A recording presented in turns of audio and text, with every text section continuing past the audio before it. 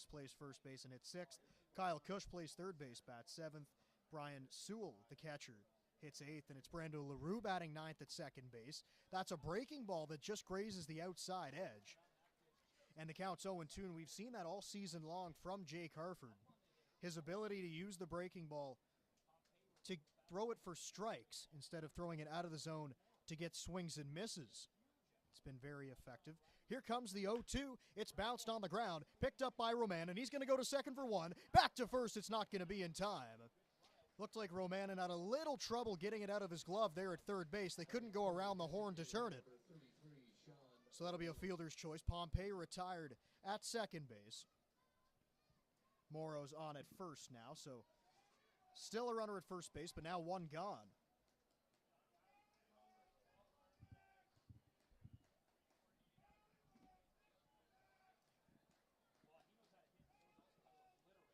So here comes Sean Riley, and one of the best hitters in the IBL still in his 26th season in the league.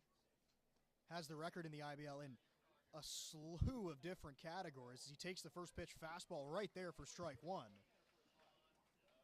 Count is 0-1 as Morrow standing over at first base. He does have 5 stolen bases on the season. For Sean Riley, hitting .348 this year as the designated hitter for the Royals. He spent last year playing with the Maple Leafs as he swings and misses at a breaking ball, actually foul tipped it at the plate.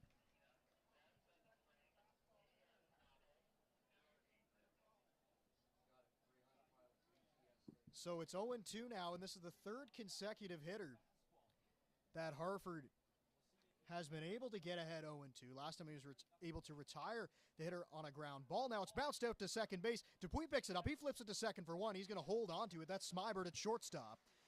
So back-to-back fielders' choices now. Sean Riley's on at first base, and there's 2 gone. Batting fourth, right fielder number 35, Malik Collymore. As we take a look at the Jackfish defense, it's Ethan Hunt, Gio Morello, and Brandon Nicholson from left to right. Mattingly Romanen plays third base. James Smybert, the shortstop. Tyler Dupuis is at second base, drawing back into the lineup after he missed significant time. Mateo Porcelato at first, and it's Sam Cocker behind the dish in his regular spot. And now it's Malik Collymore at the dish, and once again, Harford is able to get ahead of him quickly with a first pitch breaking ball. For Collymore in his first season in the IBL from Mississauga, swings and misses at a high fastball. Harford's got the velocity early on, and the count is 0-2. Riley standing over at first base does have 3 stolen bags on the season. And Collymore at the dish, hitting .326. He's driven in 24. Breaking ball, check, swing at the plate. He didn't go around. Good job at the dish to be able to hold off. And the count is 1-2. Collymore, the starting right fielder today for the Royals. To go along with those 24 RBIs, he has 4 homers and 13 stolen bases. Here comes the 1-2. It's bounced on the ground wide of third. That'll be a foul ball. So the count stays at 1-2. Riley standing still over there at first base. For Collymore, was a 10th round pick of the St. Louis Cardinals back in 2013. Spent some time in the St. Louis organization, also played in the Milwaukee Brewers organization before finishing out his pro career in the Reds organization. Breaking ball, that's just fouled off of the dish. So he stays alive. It's 1-2. Collymore able to fight off a couple pitches after going down in the count. And the Royals have been able to do that so far in this first inning. Harford has had to throw quite a few pitches. The 1-2 fouled once again. Or no, they're going to say strike. It's off the catcher's glove. Cocker applies the tag, and Collymore is retired as he strikes out swinging. So Harford has a couple runners on. Nobody gets past first base. The game is tied as we go to the home half of the first.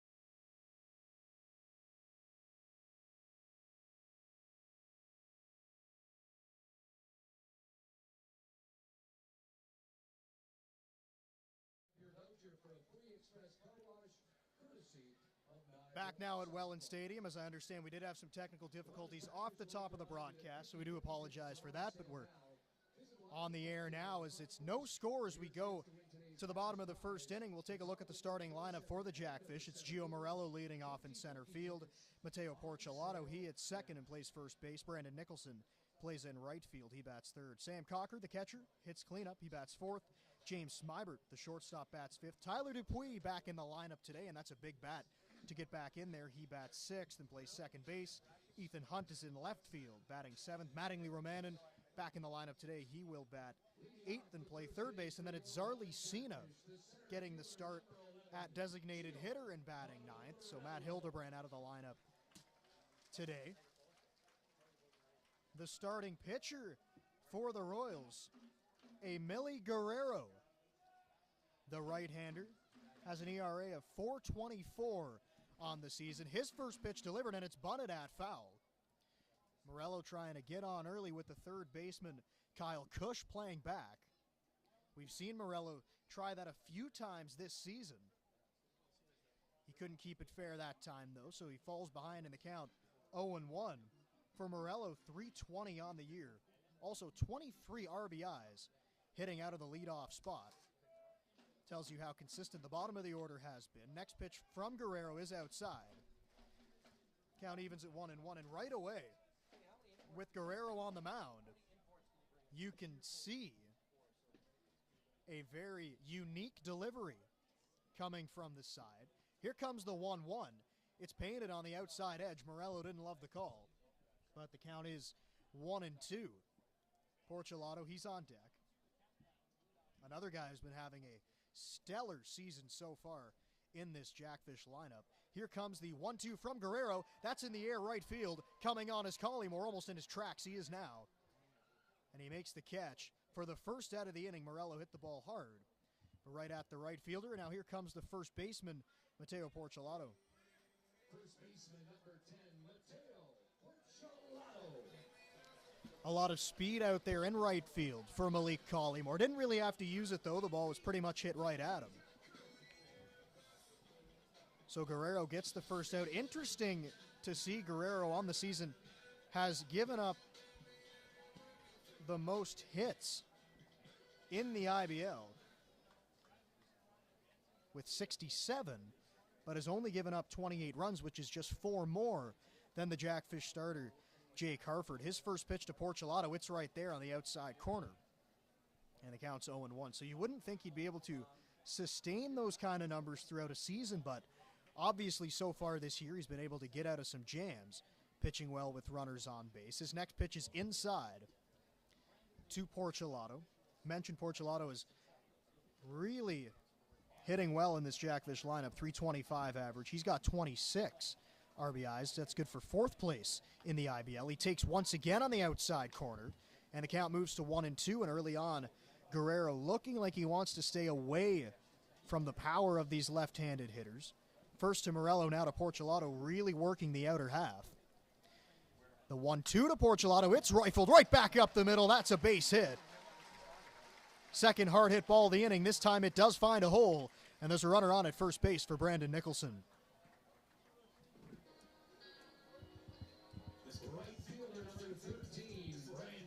So as I just mentioned, Guerrero, of course, it's not foreign to Guerrero to pitch with runners on base. He's going to have to do that now.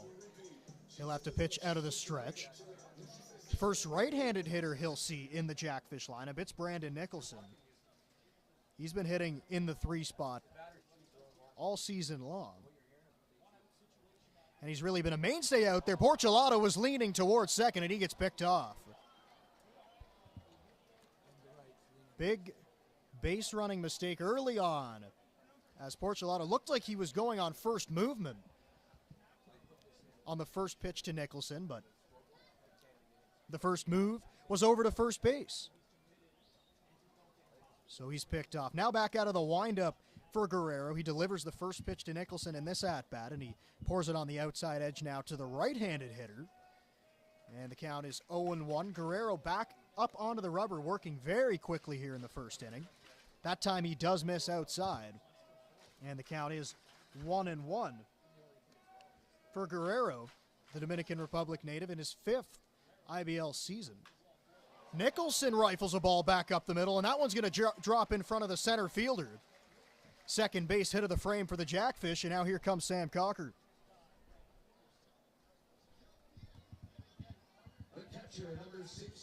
So the second hit of the inning for the Jackfish that goes right back up the middle. An approach that is really working for them this year. And Sam Cocker, 388 on the season. Really a massive part of this team, not only at the plate, as I mentioned, his 388 batting average, 4 home runs, 26 RBIs, but also behind the plate. He's worked very well with this Jackfish pitching staff. He gets ahead in the count early to Guerrero. The 1-0 is outside. And the count is 2-0. Over there at first base is Brandon Nicholson, and he's always going to be a threat to run. A very fast runner, also leads the league in stolen bases, so not just fast, but also very smart. He's got 31 stolen bags. That pitch is poured right over the middle of the dish. Cocker takes it for a strike. And the count is 2-1. It's James Smybert waiting on deck right now. Guerrero looks in for the sign. He has it. Comes set. Nicholson leaning off of first base. The throw over there. It's in time. Another pickoff at first base.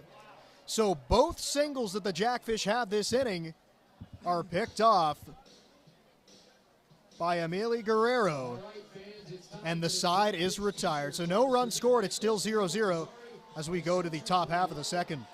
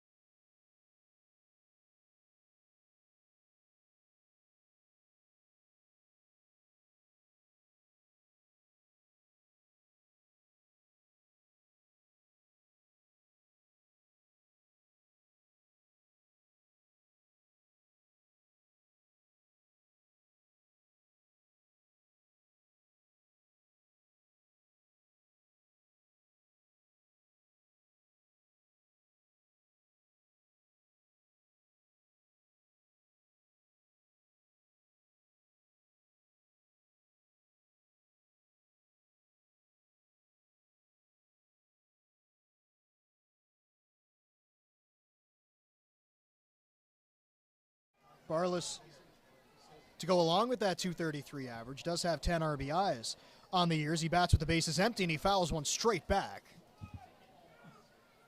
Count even up at 1-1. This is Barlas' 4th season in the IBL, all coming with the Guelph Royals.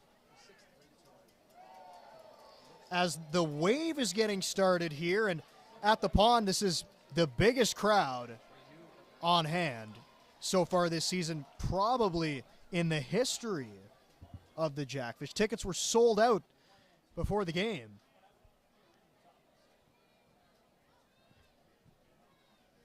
So a great crowd on hand here to see a really big matchup for the standings. Guelph sitting in 3rd place right now. It's Welland, of course, at the top, but Guelph in their last 10 games are 9-1. So the hottest team in the IBL by far, as Barlas strikes out. Didn't get a very good swing away on that fastball from Harford. And it's 2 gone. 2nd strikeout already in the game for Harford, and that pushes his season total up to 44. Both strikeouts so far have come swinging, and both of them coming on high fastballs. So obviously he's got that velocity working early on. Another left-handed hitter in Kyle Cush. His batting average is down in the low 200s, 209 to be exact. And he takes one right over the outside. And Harford's ahead 0-1. Harford's been able to get ahead in the count in this outing so far. In the first inning, he had a little trouble putting guys away, but didn't have much damage against him. That pitch just misses outside.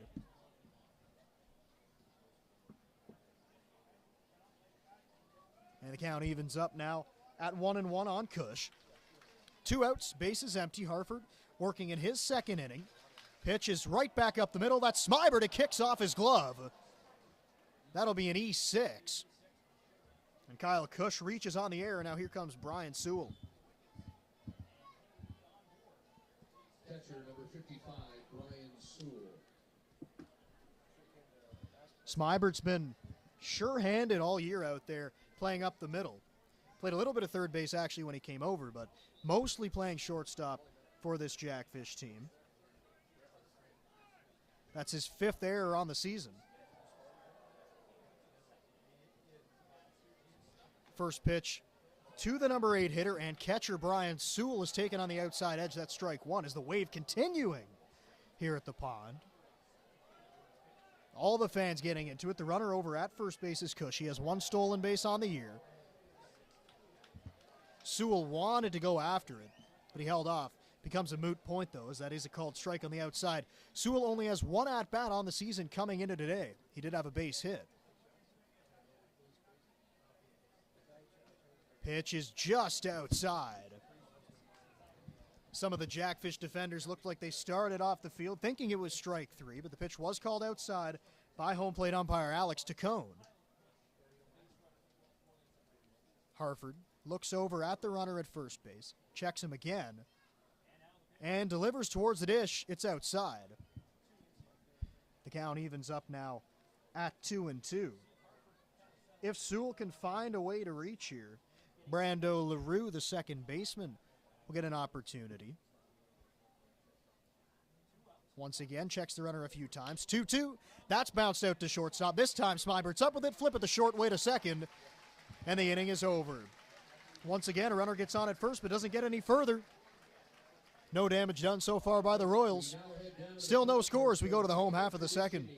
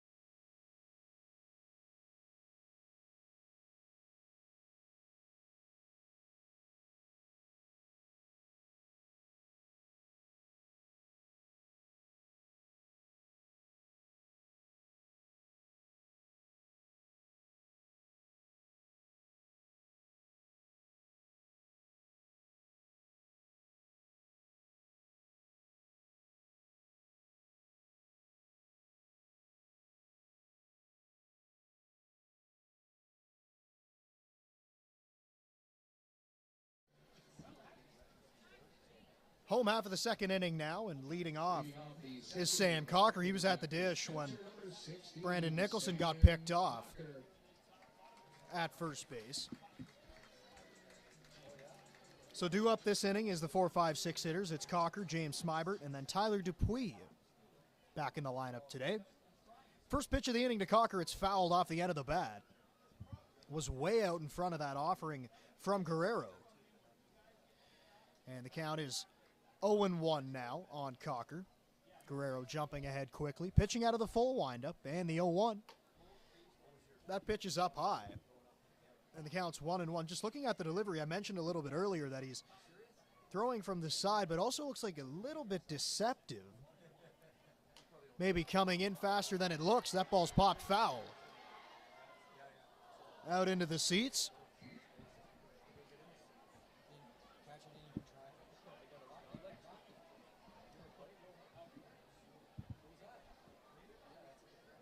Or it looked like the ball may have actually stayed in play. Brian Sewell behind the plate didn't really give it a look. So we'll see now if Cocker can use that second life that he's been given. The 1-2 pitch, it gets in on his hands. This time it definitely gets into the seats. And the count is at 1-2. Need some new baseballs. Defense for the Royals playing straight up. We'll tell you about who's playing on defense here after this at-bat. The 1-2 from Guerrero. That ball smacked in the air left field. That's down in front of the left fielder, Ethan Hammond. So Sam Cocker gets on with a base hit. Third hit already in the game for the Jackfish, and now here comes James Smybert. So the defense is Ethan Hammond in left field. Dalton Pompey is the center fielder, and Malik Collymore is in right. Kyle Cush is at third base. Connor Morrow is the shortstop. Brando LaRue plays second. Darius Barlis is at first base, and Brian Sewell, as we mentioned, is behind the plate, forming the battery with Guerrero. Smybert hits a towering drive to right field. Collymore still going back. He's on the track, and that ball bounces off the wall. Cocker's around second base. Smybert easily trots in at second. A double off the fence in right field, and the Jackfish are in business. 2 runners in scoring position with nobody out, and here comes Tyler Dupuis.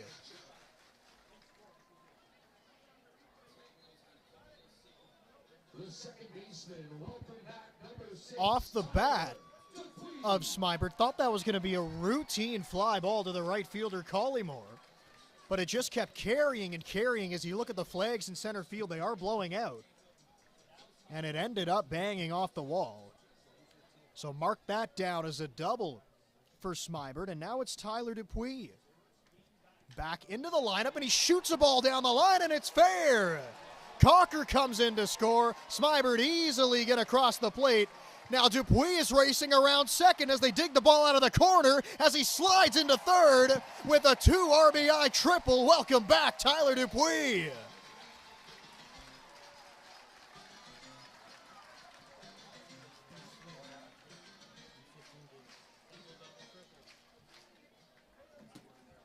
Looked like it took a little while for Collymore to dig that ball out, and with the speed of Dupuis, was going to have no play at third base. Dupuis' first game back. Shoots a ball down the right field line. And the Jackfish have a 2-0 lead. Saw Tyler Dupuis around the batting cage today, and he was telling me it's all about just getting his timing back, and it looks like he's got it back already. That ball was just inside the line. It's Ethan Hunt now at the plate. And he gets a ball into right field. That ball's going to get down. Dupuis come on down. Hunt around first base, digging for 2. He'll get there standing up, and it's 3-0 Jackfish.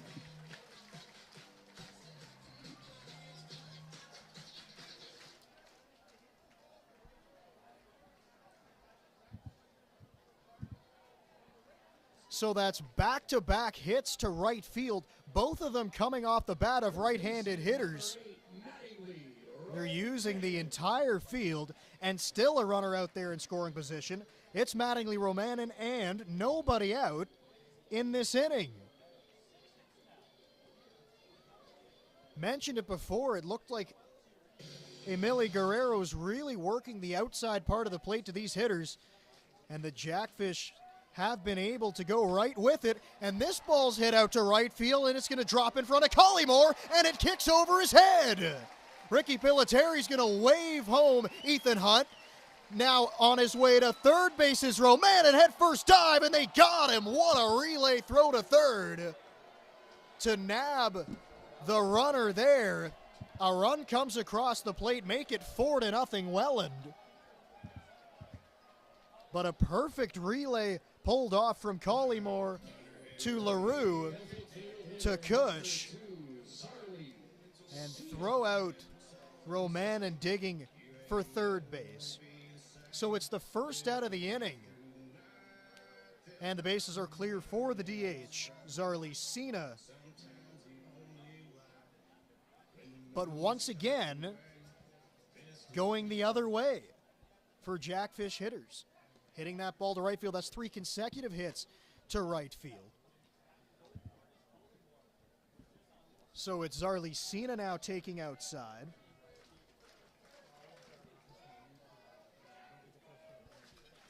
.1-0 offering. Popped up in the air down the right field side into foul territory, and that'll stay foul.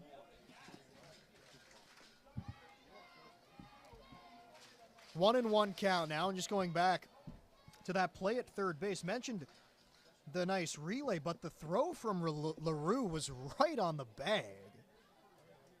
A perfect spot for the third baseman Cush to be able to slap the tag on Romanen. Cena now sitting in a 1-1 count, now a 2-1 count as Guerrero misses outside. You can see him snap his glove at that ball as he gets it back. Frustration definitely there, giving up 4 runs and 7 hits. Just pitching here in the second inning. And Cena cracks a ball to left field. Going back is Hammond. He's not going to get there. It's off the track, off the top of the wall, and out of play. Ground rule double for Zarly Cena. Some more loud contact. And Welland goes back to the top of the lineup for Gio Morello.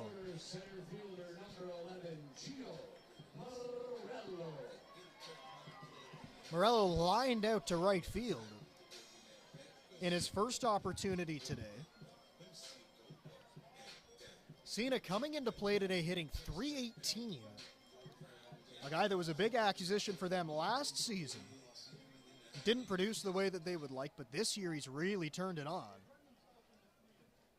And he's gotten himself in the lineup every day today as the DH. Morello swinging at the first pitch. Slashes one foul.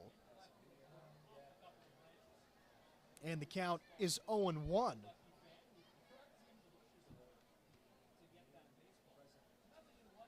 So 6 straight hits for the Jackfish. The only out in this inning coming on the relay throw to third base. Next pitch to Morello. That's slapped in the air center field. Going back is Pompey. He glides right under it and makes the catch. And that's the second out of the inning as Morello is retired. The speed shown off in center field by Dalton Pompey. And, of course, a lot of baseball fans will know that name as he was the starting center fielder on the Blue Jays roster back in 2015. A guy that was a prospect in the Blue Jays organization for quite a long time. Did get some run in the big leagues. Also played for Team Canada at the World Baseball Classic. He plays in center field, and Mateo Porcelato, the first baseman, comes up and takes one right there for strike one. So Morello's hit the ball hard twice today with nothing to show for it. Porcelato looking for his second hit of the game, and he hits one foul left side.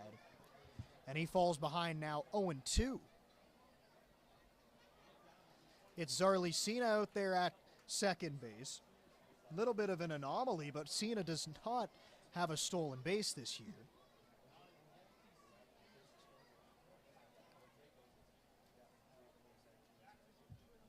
Guerrero's set, and the 0-2 pitch slapped down the line. It's fair.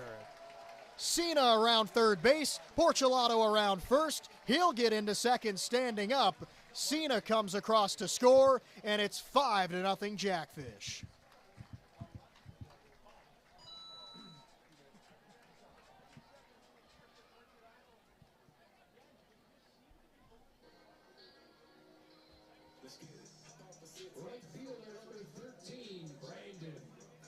So that's 7 hits this inning for the Jackfish, and they put up a 5 spot. Second hit of the game already for Porchelato. His first time up, he did get that hit back up the middle before he was picked off at first. Brandon Nicholson also suffered the same fate back in the first inning. Looking for another hit, and he slams a ball in the air, left center field gap, going over his Pompey. Now on the track, he hauls it in. A long run for the center fielder, Dalton Pompey, but it looks like he got there with ease. And the inning finally comes to an end, but not before the Jackfish crossed the plate 5 times and lead it 5-0. Harford back out to the mound for the top of the third.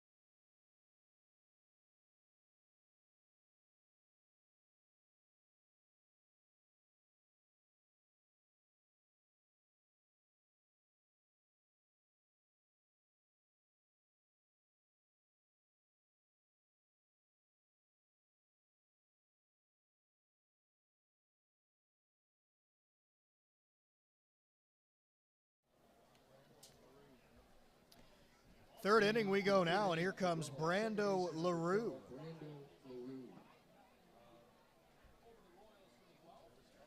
LaRue from Markham, Ontario. It's his first season in the IBL, so first season on the Guelph Royals roster. He's the second baseman, and then I'll go back to the top of the order. First pitch from Hartford. That ball's popped foul, and it'll get into the seats. For LaRue, played baseball at Chipola College, which is the home to 2 former Toronto Blue Jays. Back on that 2015 roster, Russell Martin and Jose Bautista both playing baseball at Chipola College. The 0-1 is a swing and a miss from LaRue. It was actually Bautista who noticed LaRue when he was playing on the junior national team. That got him a conversation with the coach there at Chipola College. He's sitting in an 0-2 count, offering from Hartford. That misses outside. And the count is 1-2 now to the number 9 hitter. Back to the top of the order, that's Dalton Pompey and then Connor Morrow. 1-2 offering on the way from Hartford. LaRue bounces a ball out to shortstop. Easy hop for Smybert, and the throw is in time. LaRue busting it up the line, almost got there. But he's retired, and there's one gone as we go back to the top of the lineup.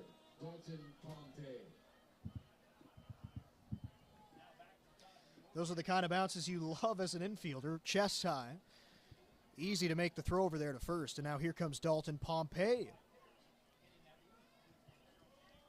Once again, a switch hitter batting left, hitting .354 for the season. A guy that, of course, has major league time. First pitch from Hartford, that's right there.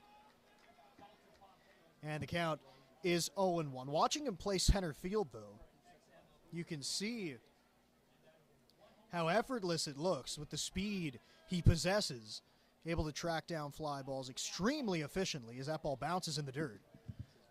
And the count's 1-1. Pompey in his first time up got behind in the count 0-2, but Harford then missed 4 times in a row to walk him. He was then retired on a fielder's choice off the bat of Connor Morrow. Here comes the 1-1. It's up high. And the count is 2-1.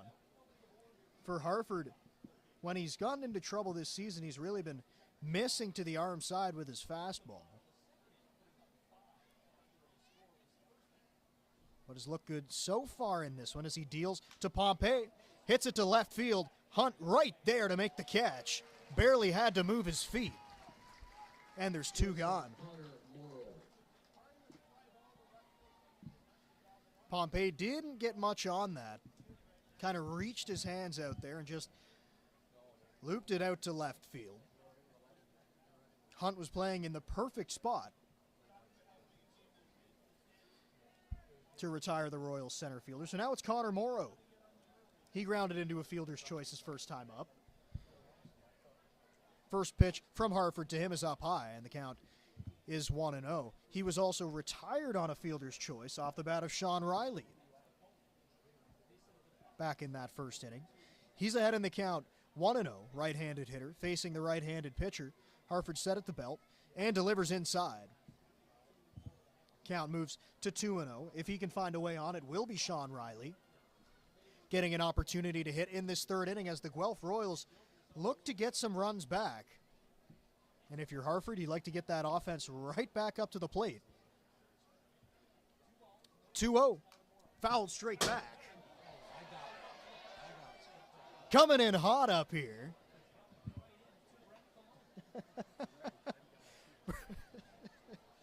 We haven't had one up here yet this year. That ball came screaming in, though. It was close. And that was coming. That was right here, too. I haven't had my reactions tested in a little while, but they would have been right there if the ball came flying in. 2-1. That's looped out to left field. This time it will drop in front of Hunt. Gets it back in quickly. So Morrow with the hit. First hit of the game for the Royals, and here comes Sean Riley.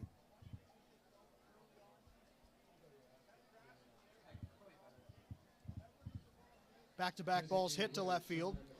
First time it was right at the left fielder, Hunt. That time it just dropped in front of him. And now a dangerous bat comes up to the plate. It's Sean Riley. 3 home runs this season. Little bit of a drop-off in the power side of his game, but it is his 26th year in the IBL. Started out as a pitcher, actually, in the IBL. Was drafted to the Minnesota Twins as a pitcher.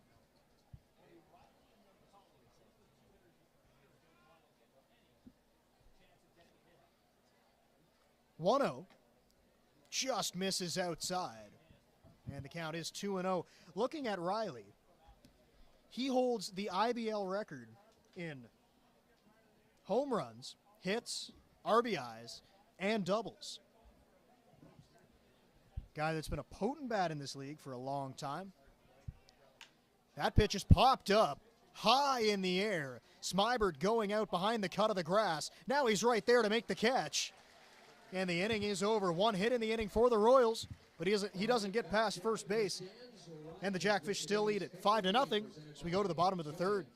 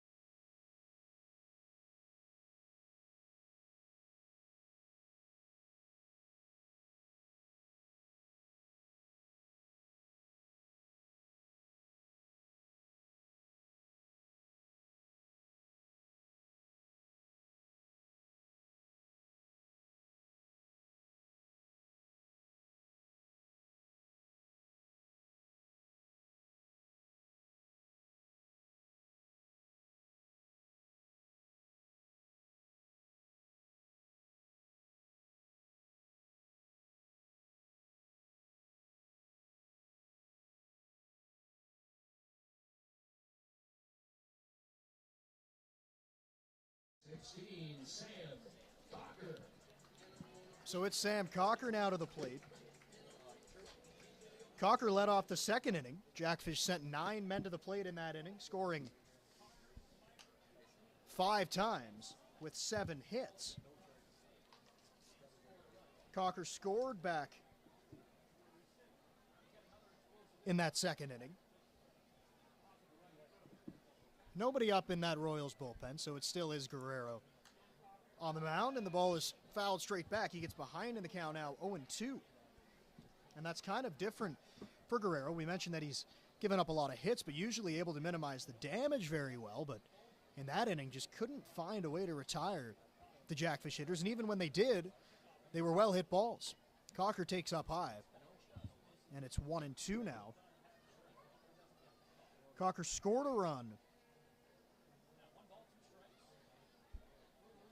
in that last inning. It's Smybert and Dupuis after him. Dupuis with the big hit. That pitch is inside. Cocker just had to bend out of the way, and the count's 2-2.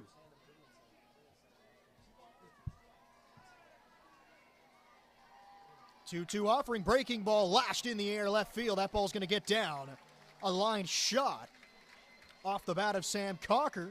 Runner on at first base for James Smybert. Shortstop number 23, James Smybert. Smybert had a double last inning to right field, and he's a guy that hit a ball in the air, and it was sky high. Didn't think it was going to get too far out there, but it ended up carrying all the way to the wall. This time he hits a ball in the hole, into the outfield. Cocker's going to take a turnaround second base, but he's going to hold right there. Don't know if he wanted to test the arm of LaRue again after what he did that last inning. Second baseman number 6. But back-to-back hits for the Jackfish, and once again, they're in business. Here comes Tyler Dupuis with 2 runners on. In the last inning when he stepped up to the dish, he had 2 runners on. The same runners in Cocker and Smybert. They were standing at second and third, though, now first and second. And a balk is being called. So now we will have runners at second and third. The exact same situation. So no pitch. The pitch was outside, but it won't count. So still 0-0, and Dupuis going to get a chance to hit once again with 2 runners in scoring position as they move up on the balk.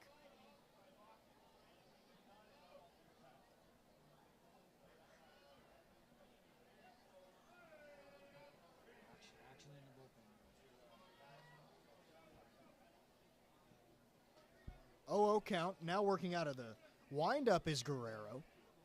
He delivers the first pitch to Dupuis. It's up high. Look out. Don't want to see any pitches up there to Dupuis. Just able to get his hands out of the way. Quickly working is Guerrero. That ball's bounced on the ground to third base. Picked up by Cush. His throw is in time. Dupuis was way out in front of that. All he could do was roll it over to the third baseman. No chance for Cocker to come home from third, so there's 1 gone. Still runners at second and third, for Ethan Hunt. Fielder number 25, Ethan Hunt.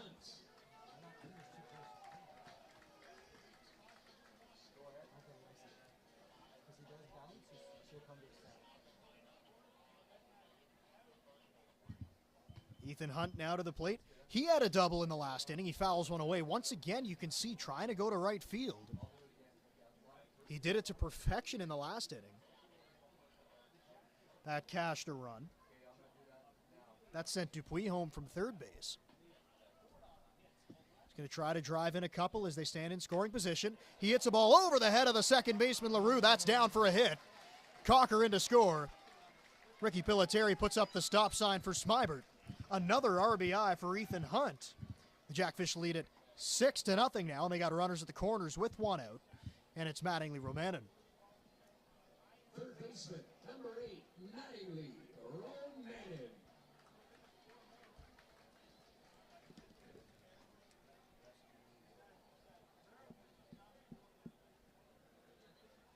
And now there is movement down there in the bullpen, and there's going to be a mound visit likely to buy some time for that reliever to get loose.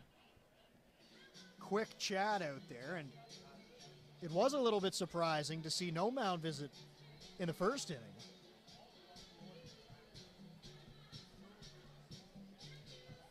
So it is runners at the corners. It's the number 8 hitter, Mattingly Romanen. After Romanen is Zarly Cena.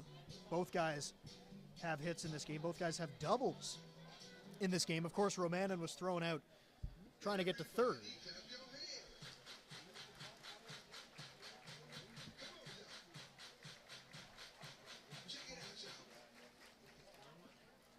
Smybert takes his lead off of third. He got on with a base hit.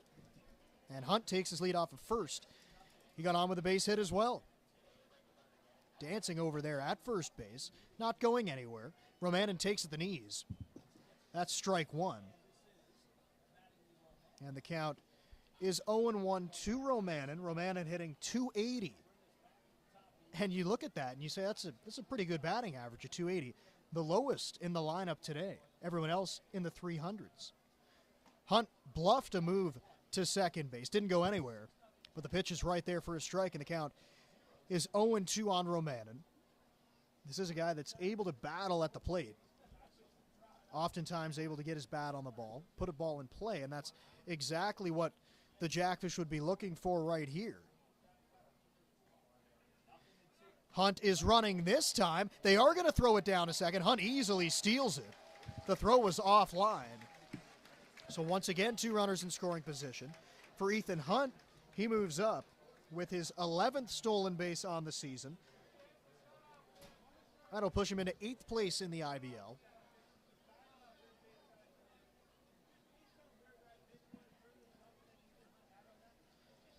It was a good pitch to run on as the ball pulled the catcher outside. Now Romanen does swing and miss at a high fastball. Couldn't come up with anything.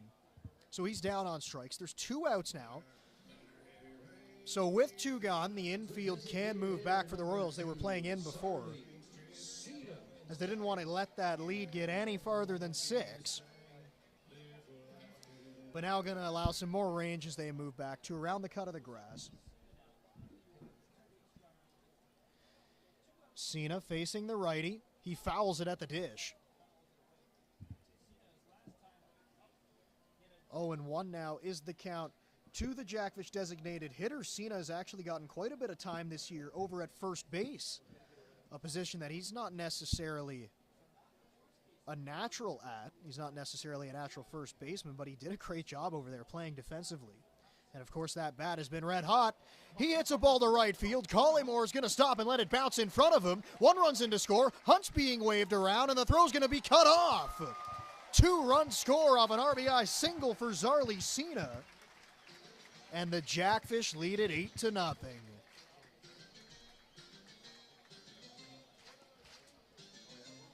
Another hit to right field for a right-handed hitter.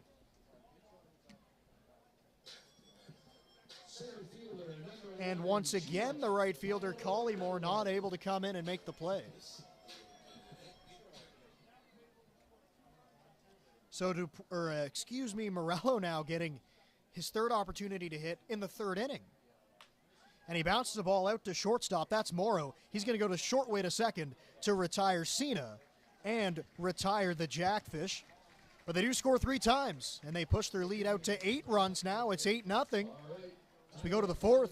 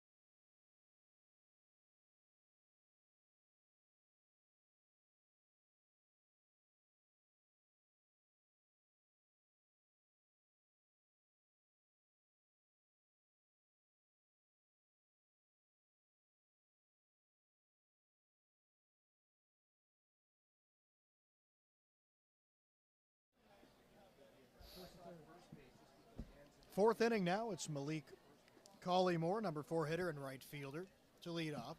Guelph really looking to get some offense going. They trail at 8-0. And if they want to stay in this game, they got to get some runs here in this fourth inning. But Hartford's been strong so far, only giving up 1 hit. Jackfish picking up 13 so far. Collymore, right-handed hitter against the right-handed pitching Hartford. Defense playing straight up. 0-1, swing and a miss from Collymore. Came out of his shoes. An off-speed pitch from Hartford. Collymore struck out his first time up, and he's on the verge of going down on strikes for the second time today. Here comes the 0-2 from Hartford. It's inside. Collymore able to get out of the way. Counts now 1-2. Collymore, Hammond, and Barlis due up for the Royals. That's 4, 5, 6. Collymore wanted to go after, but he was able to hold off. And the count evens up at 2-2. We look down in that Royals bullpen. It is Lucas Berry who's warming up for them. 2-2 from Hartford. Breaking ball just missed. One of those pitches that sometimes goes around the strike zone. May have been the case right there. Also sometimes with that breaking ball, and Hartford's able to do it so well, sometimes the umpires just give up on it before it gets there. Here comes the 3-2. Strike 3 called on the outside corner. Collymore down on strikes. As he looks back at home plate umpire Alex Tacone, unhappy with the call, but he's down for the second time today. And the first out of the inning for Hartford, and the third strikeout of the game for the Jackfish starter. The first time he's set down a hitter looking in this game. So here comes Ethan Hammond now. He lined out to center field. Nice defensive play by Gio Morello. Left-handed hitter for Hammond. Hartford delivers. That's right down the middle, using the fastball early on in this at-bat. And the count moves to 0-1.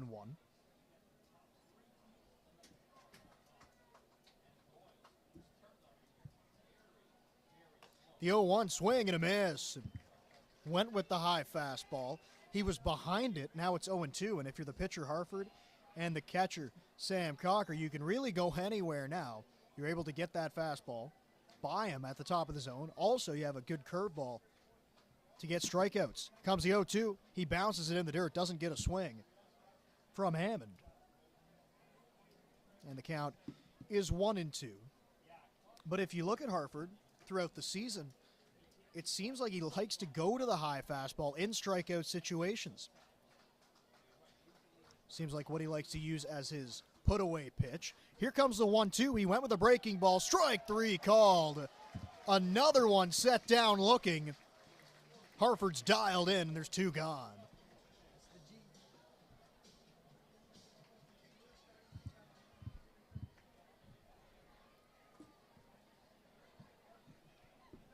First baseman.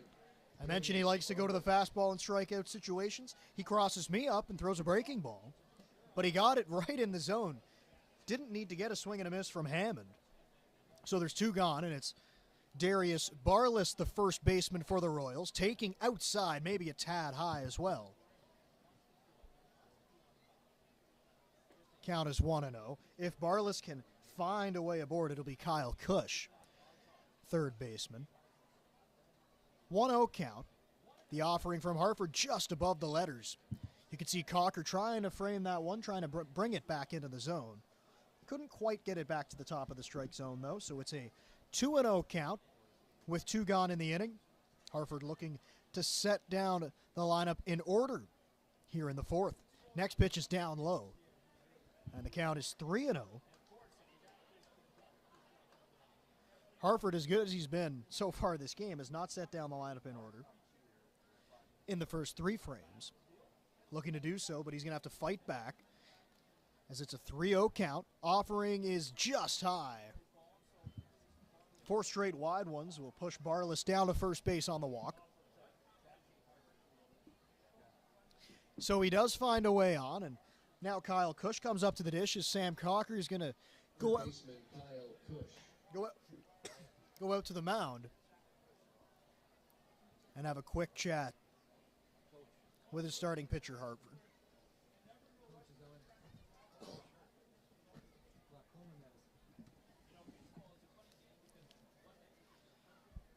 So the meeting is dispersed. Cocker going back behind the plate now as it's Kyle Cush. He reached first base his first time up back in the second inning. That was on an error by the shortstop, James Smybert.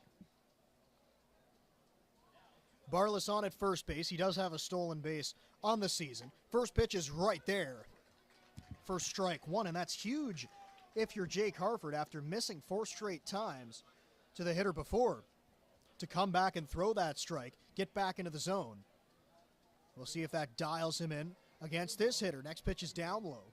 Cush wanted to go around, but he didn't swing. And the count is now 1-1.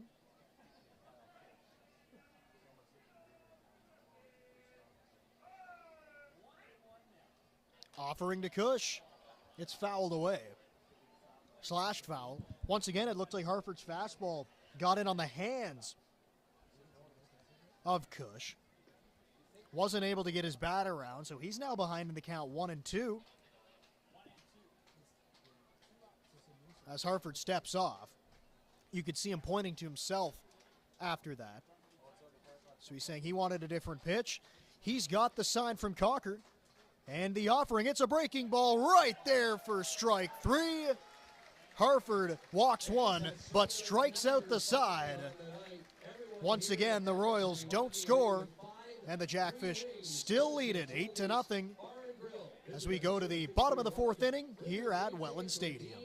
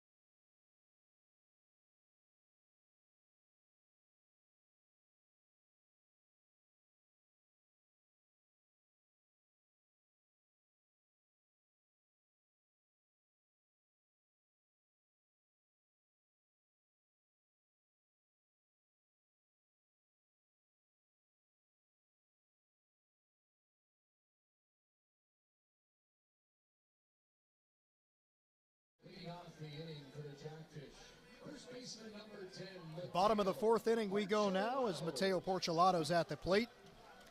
And a pitching change to tell you about. It's Lucas Berry on the mound for the Guelph Royals in his first season with Guelph. Mississauga native in his sixth game. Four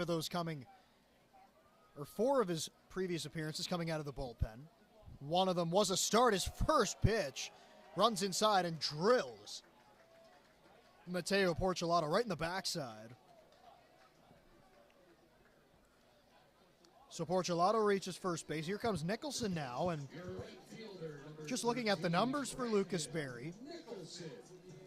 Plays his college ball at Canisius College, but 15 ERA at this point in the year. Struck out 12. He's walked 9 in his 13 innings of work. They're going to look for some length, though, as Guerrero could only go 3 innings today, giving up 8 runs and 13 hits. Nicholson takes one right on the outside corner. Strike one. Porcelato, 15 stolen bases. He stands at first. It's Sam Cocker waiting on deck. Nobody out. Pitching out of the stretch. And there goes Porcelato. Ball smacked in the air. Center field, Pompey now jogging in. He's underneath it. And he makes the catch. There's one out now as Porcelato retreats back to first base. And here comes Sam Cocker. Number 16, Sam Cocker.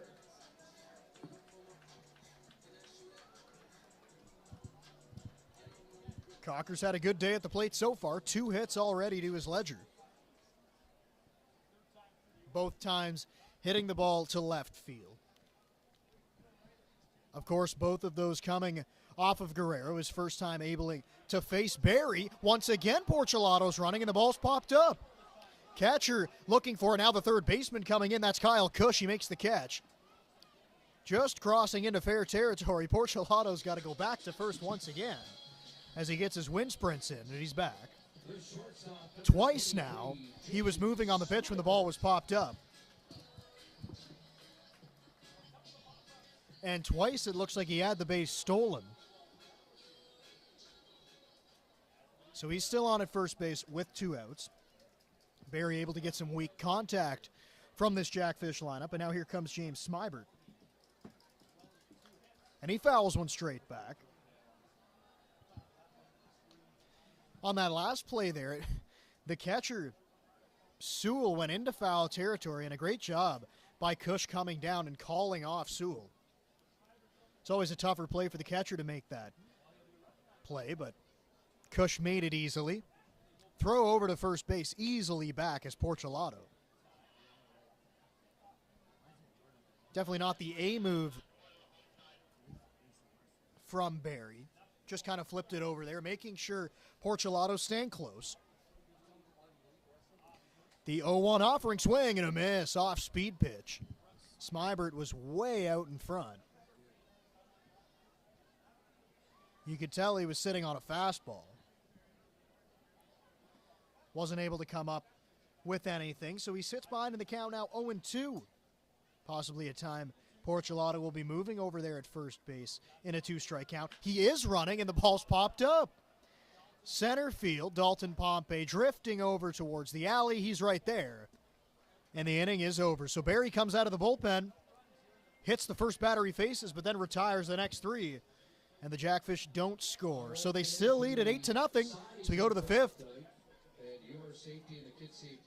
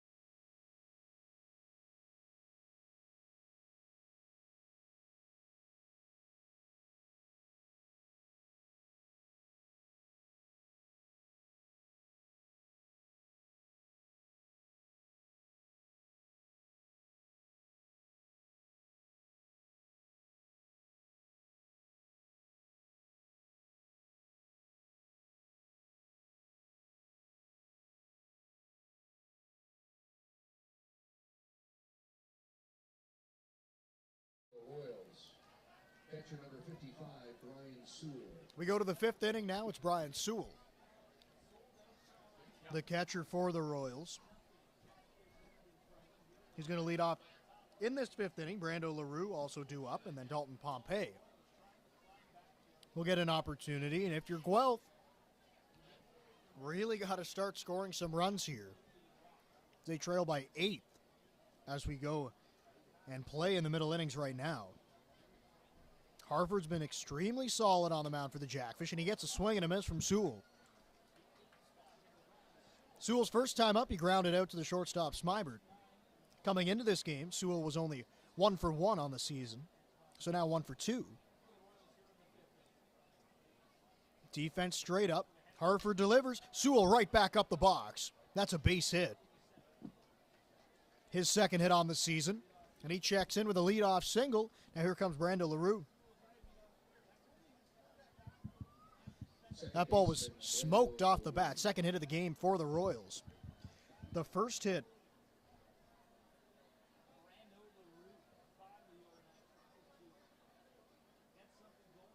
coming back in the third inning. LaRue's last time up, he grounded out to the shortstop right there on the outside corner. Harford paints one, and he gets ahead 0-1. LaRue hitting .254 on the season, does have 8 RBIs, but tremendous speed. You saw that on the ground out to Smybert, almost beat it out on a routine ground ball. LaRue now takes one in the dirt. That's ball 1, counts 1-1. Especially with a runner at first, though, a guy that's unlikely to be able to be doubled off just because he runs too well. The runner over at first base does not have a stolen base. He is the catcher for the Royals. LaRue cracks a ball into center field. Morello moving over. He's right there. And that is the first out of the inning. Sewell back to first base as the Guelph Royals go back to the top of the order. It's Dalton Pompey. Center fielder Dalton Pompey.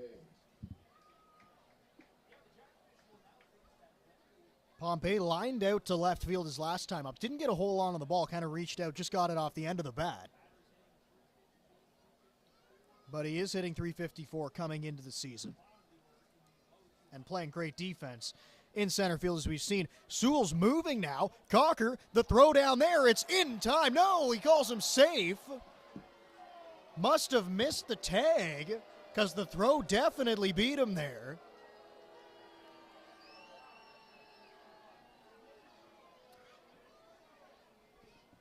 The sellout crowd here in Welland not happy with the call.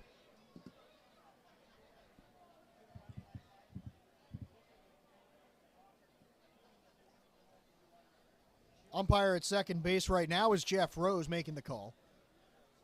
Close play, that's the first stolen base of the season for Sewell. Playing in only his second game as he takes his lead off his second now in scoring position for Pompey. That pitch was a ball. That one poured over on the outside part of the plate. The pitch that Sewell stole on was a ball, excuse me. So the count's even at 1-1 to Pompey. His third opportunity to face Harford. And he deals. Pompey skies a ball into foul territory. Romanen towards the dugout. He's there and makes the catch. Mattingly, Romanen sticks with it as he drifted over towards the Jackfish dugout. The ball came back a little bit, but he was able to make the play for the second out of the inning, and that's a big out for Harford to retire Pompey for the second time today. And a ball that the runner's not able to advance on, and now 2 outs with the runner at second base. They're going to need a base hit to score him now. At the dish is Connor Morrow.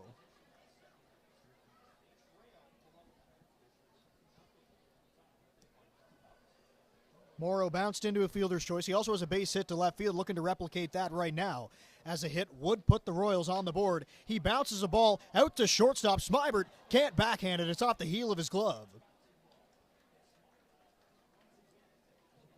May go down as his second error of the game. Tough play. He was going to his right. Designated hitter Sean Riley. And now after they're not able to retire Morrow. It's going to be Sean Riley coming up to the plate. And once again, this is a guy that can still hit. One of the best hitters in the league, and not a guy you want to see coming up to the plate with runners on base, and he's got that right now. There are 2 outs. There's a runner at second and first right now. At second base is Sewell. Over there at first base is Connor Morrow. Riley takes the first pitch for strike 1. Counts 0-1 as Riley steps out of the box and adjusts his batting gloves.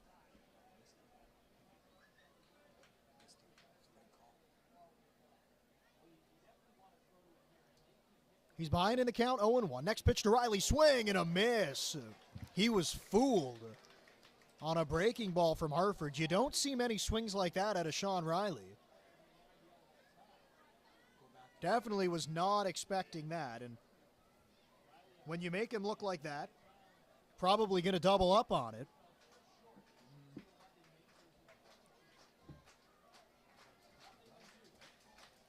Crowd getting into it. Hartford checks the runner. He does throw another breaking ball, but he missed. And that's the right thing to do. Throw it out of the zone. See if you can get a chase from Riley. Don't want to give him anything good to hit with 2 strikes. And the count's now 1-2. And likely Hartford would like to go back to the fastball here, but Riley can hit anyone's fastball. The 1-2, it is a fastball, and way late is the hitter Riley. Got in on his hands, fouled it down the right side. And the count remains 1-2. Riley in the 2-strike count, letting that ball travel a little bit farther. As he digs back into the box, still 1-2. This sellout crowd here in Welland getting behind their starter Hartford. It's a breaking ball. That ball is bounced down to third base, but foul. Romanin picks it up in foul territory, so back-to-back foul balls off the bat of Riley. And he sticks around to the dish. Count remains 1-2.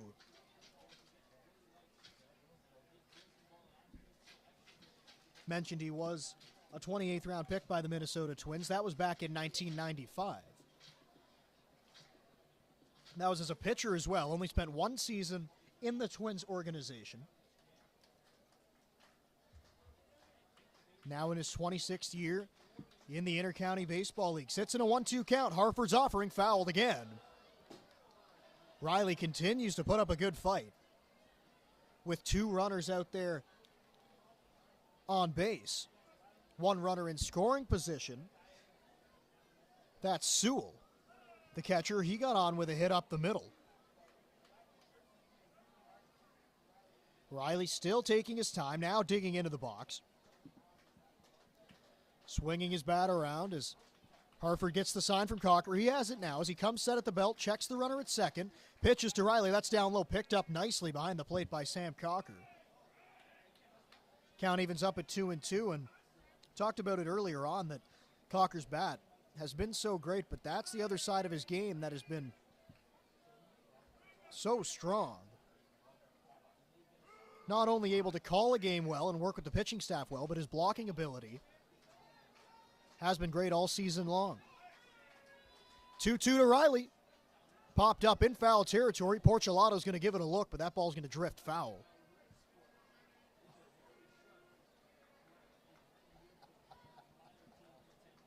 Two and 2 count now. Riley again making Hartford throw a lot of pitches, and if you're the Royals, that's what you want to do. Want to make him throw a lot of pitches, want to try to get some runs to stay in this game. But Hartford's been lights out so far, so if you can maybe get him out an inning earlier than before, that'd be a big win for the Royals. Another 2-2 offering. Breaking ball popped up in the air. Morello looking for it. Now he's under it, and the inning is over. Long at-bat from Sean Riley, but Hartford gets out of it with no damage done. And the Jackfish still lead it 8-0 as we go to the home half of the 5th.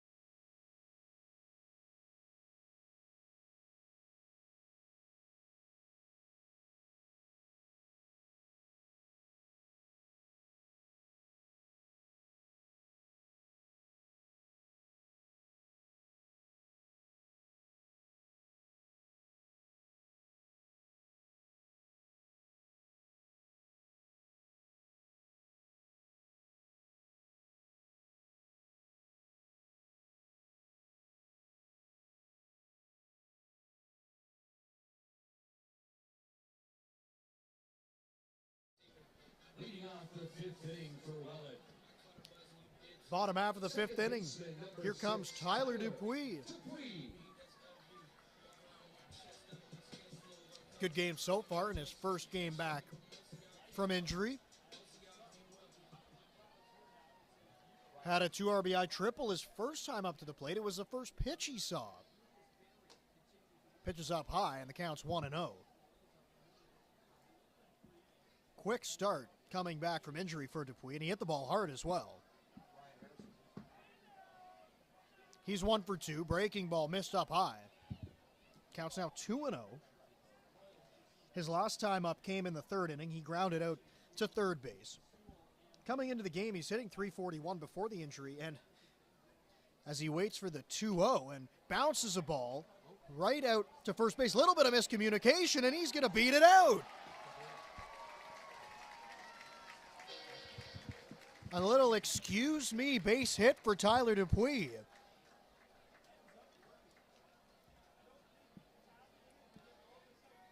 Definitely not what he's trying to do, but it's his second hit of the game. Number 25, Ethan Hunt.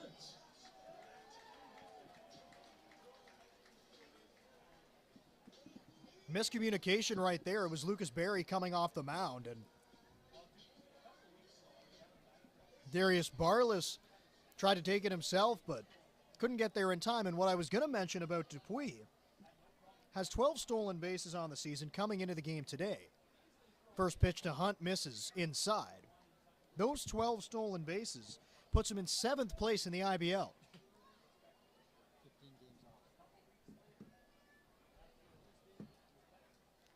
Missing all those games from injury, still sitting in the top 10 in stolen bases, and he may be the fastest runner on this team. You saw it showed off right there. Hunt's now at the plate sitting in a 2-0 count, with Dupuis taking his lead over at first base. Next pitch inside. It goes over the head of Hunt. Scary play. He got out of the way, though. Easily moving into second base is Dupuis on the wild pitch.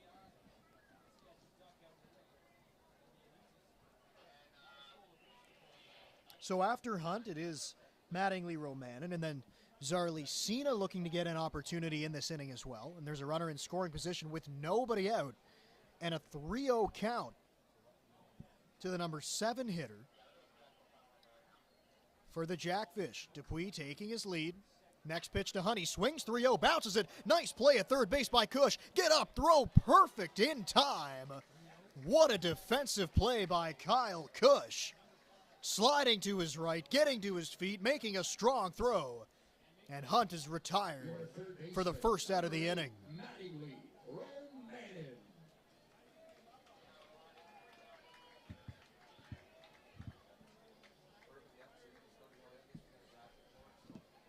Hunt had the 3-0 green light. And it took a great defensive play to retire him. So there's one out, and here comes Mattingly Romanen. He has a hit, and there's another balk being called. Alex Tacone, the second balk he's called today, and that's going to draw the Royals manager out of the dugout.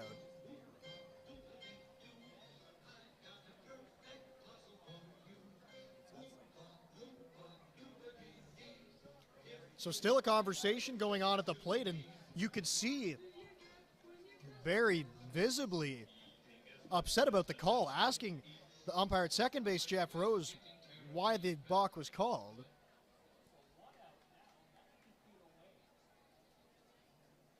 But on the play, Dupuis is going to be able to move into third base. Still no movement in that Guelph bullpen as well, so it is Barry's inning. And with one out, Romanen's going to find a way to drive in this run from third base. Anything into the outfield gets a run home, and with the infield playing back, a ball on the ground up the middle. Nets them a run as well. Next pitch to Romanen. He does get it in the air. That's to center field. Pompey into the alley. He makes the catch. Here comes the throw to the plate. Dupuis slides in safely, tagging from third. 9th run crossing the plate for the Jackfish. There's 2 gone in the inning now on the sacrifice fly by Mattingly Romanen.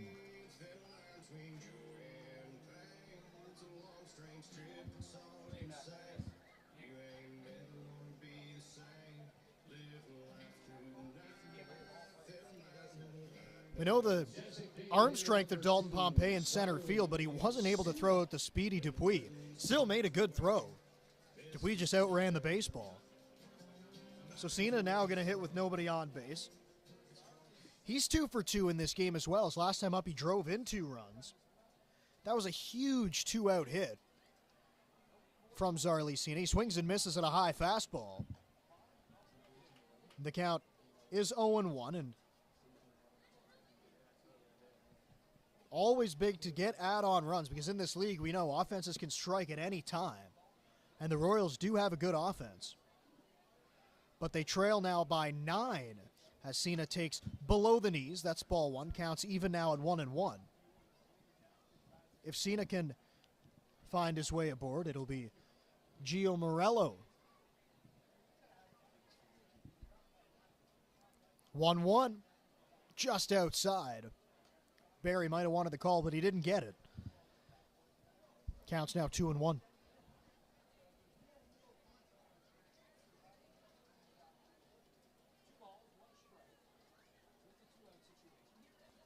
The 2-1 pitch, breaking ball right there.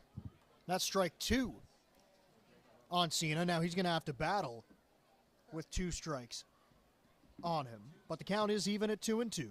There are 2 outs in this inning. Barry pitching out of the windup, and the 2-2 pops straight up over our heads into the parking lot. And the count remains 2-2.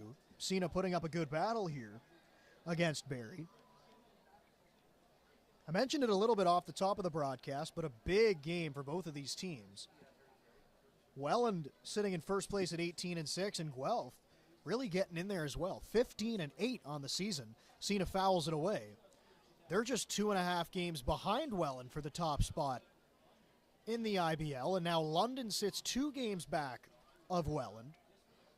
Welland beat them at home going to London, taking one on the road in a big win for them, and now London's lost 3 in a row, which has pushed them down in the standings a little bit. The Jackfish and the Majors were tied for a brief moment at the top of the standings. 2-2 to Cena, flared out to center field. Here comes Pompey. He's going to pull up. He won't get it, and the ball bounces off his leg. Cena's going to go around first base. Pompey can't pick it up. And Cena's into second base. A little bit of a defensive miscue in center field by Pompey. As he realized he wasn't going to make the catch on the fly, he pulled up. Ball deflected off his leg. He still had a shot to throw Cena out at second, but then he couldn't come up with the baseball.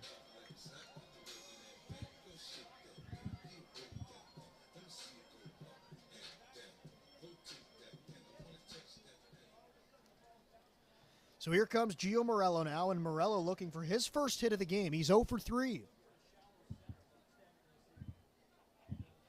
The only Jackfish hitter without a hit so far. This ball bounces away, and it actually hits Morello. Must have hit him down in the foot. So he's going to go down to first base. Cena's going to have to go back to second. So another hit by pitch for a Jackfish hitter. Porcelado, who's coming to the plate now, he was hit his last time up in the 4th inning.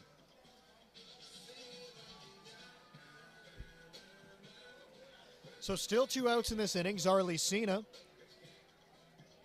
with a 3 for 3 game stands at second base. Gio Morello, who was just hit by a pitch, stands over at first. Mateo Porcelado, left-handed hitter, digs into the box. Barry, of course, now pitching out of the stretch with 2 runners on.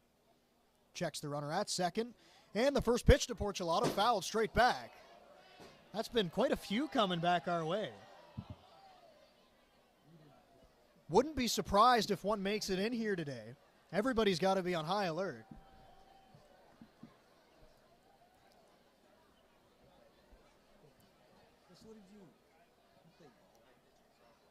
Oh and 1 now.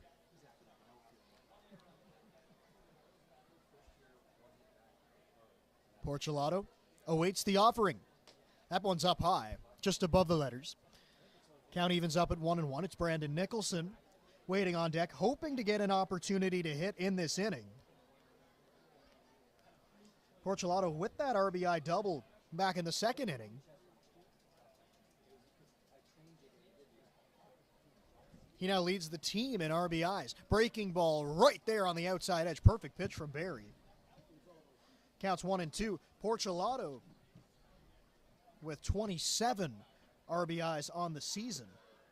Once again, that pushed him into the team lead. Previous to that, he was tied at 26 with Brandon Nicholson, the man behind him, and Sam Cocker.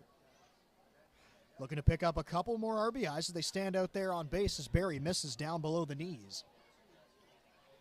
And the count's even now at 2-2.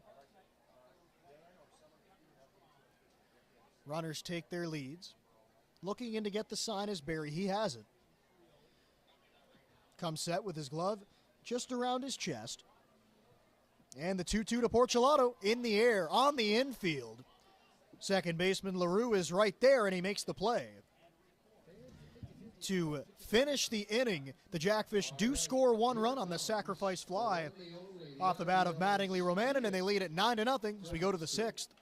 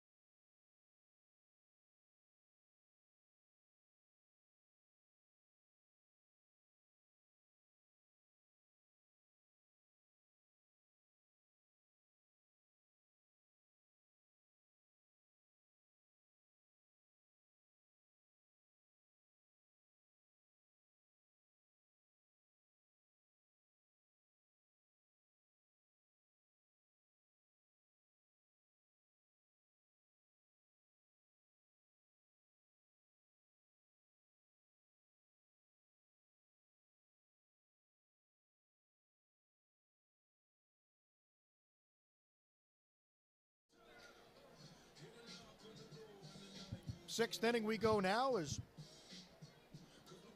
Malik Collymore comes up to the dish. He'll lead off here in the sixth inning. 4, 5, 6 hitters due up. Ethan Hammond after Collymore, and then it's Darius Barlas, the number 6 hitter. Collymore today has struck out twice, trying to avoid the hat trick here against Jake Harford. Struck out swinging back in the first, looking in the fourth. First offering in from Harford. He does put this ball in play in the air right field. Nicholson sees it, now backtracking. He makes the catch. One pitch, one out for Harford here in the sixth. Left fielder Ethan Hammond. A lot of times at this point in the night, becomes tough to see balls in the air, but Nicholson didn't have trouble with that one. The outfielders have actually been playing the balls very well today with this dusk sky, which a lot of the time is not the case. So now here comes Ethan Hammond. He's also 0 for 2. He lined out to center field, and he struck out in the fourth inning. Back in the fourth, Harford struck out the side. Has 5 strikeouts as Hammond fouls one back. And just got word, the attendance today here at the pond is a record for the Welland Jackfish. 2,495 fans in attendance today. So thank you to all the fans coming out, and thank you to all the fans who are watching as well.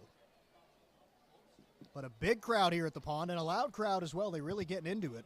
And they've had a lot to cheer about. 9 runs coming across the plate for the Jackfish. 5 in the second, 3 in the third, and then 1 last inning there in the fifth.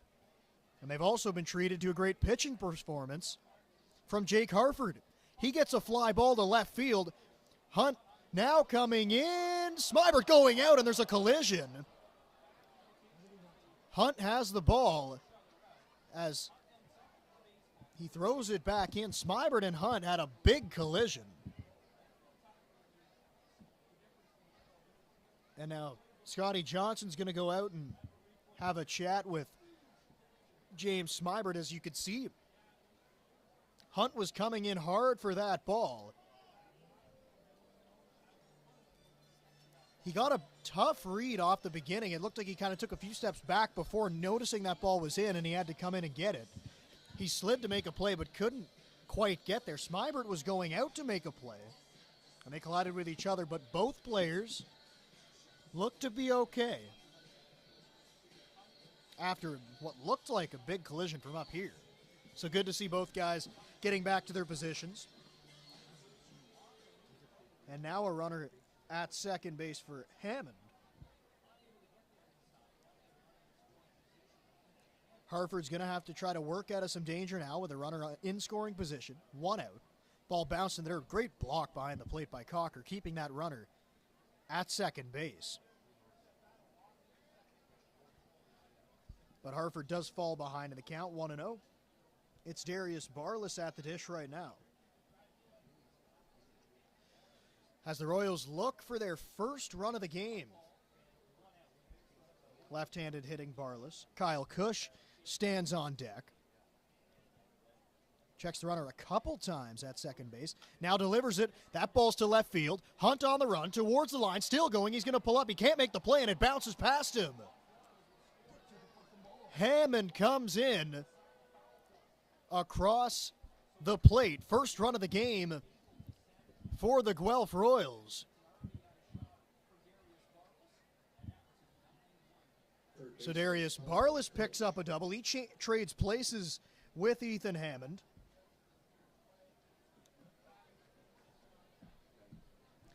That's 2 times those balls have kind of been flared out to left field, just kind of in no man's land. Hunt not able to get there. Took a fortuitous hop, went past him.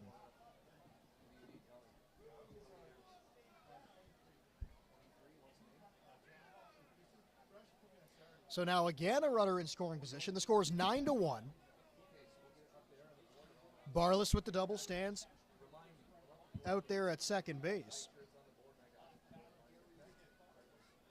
It's Kyle Cush at the plate. He's hitting .209 coming into play today. Reached on an error back in the second inning. He's also struck out looking in the fourth.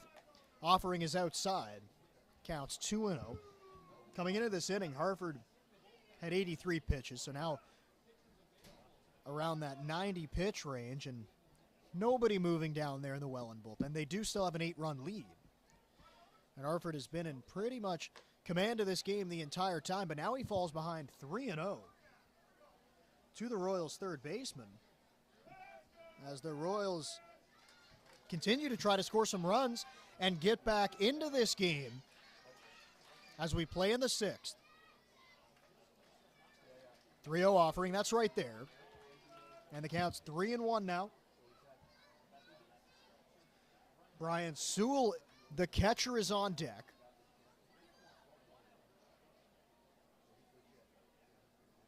Hartford, he's got his sign now. Lead off at second base. Pitch is right there, outside corner. Cush started to walk towards first base, but then heard the strike call from home plate umpire Alex Tacone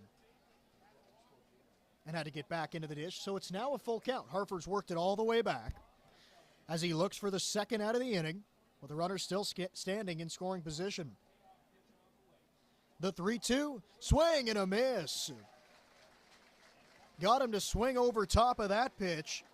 Second strikeout for Cush, and 6th strikeout of the game for Jake Hartford. A big strikeout as the runner's not able to move up from second base. So now still out there at second, and here comes Brian Sewell. He's the catcher. He had hit his last time up to center field. If he could do that again, that would get a run home, as a hit would score a run from second base. The Guelph Royals continue to try to get back in this game. Sewell swings and misses at a pitch of the letters. Counts 0-1 now to Sewell. Brando LaRue. He waits on deck. The 0-1. Outside corner called a strike. Sewell visibly frustrated with the strike call. As he takes a walk around the batter's boxes, now he gets back in. Harford, he's ahead in the count, 0-2. Offering breaking ball, swing and a miss. 7th strikeout of the game for Harford as he's through 6. The Royals do score 1, but the Jackfish still lead it 9-1. So we go to the bottom half of the 6th inning here at the Pond.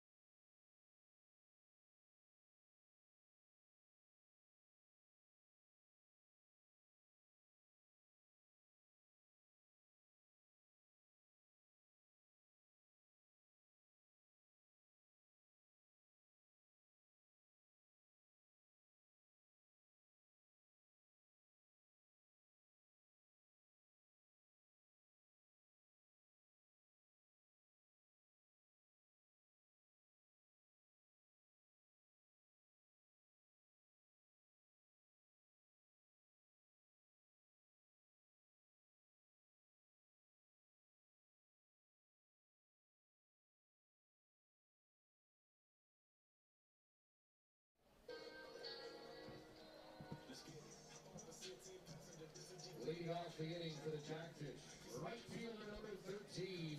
Brandon Nicholson leads off this 6th inning for the Jackfish.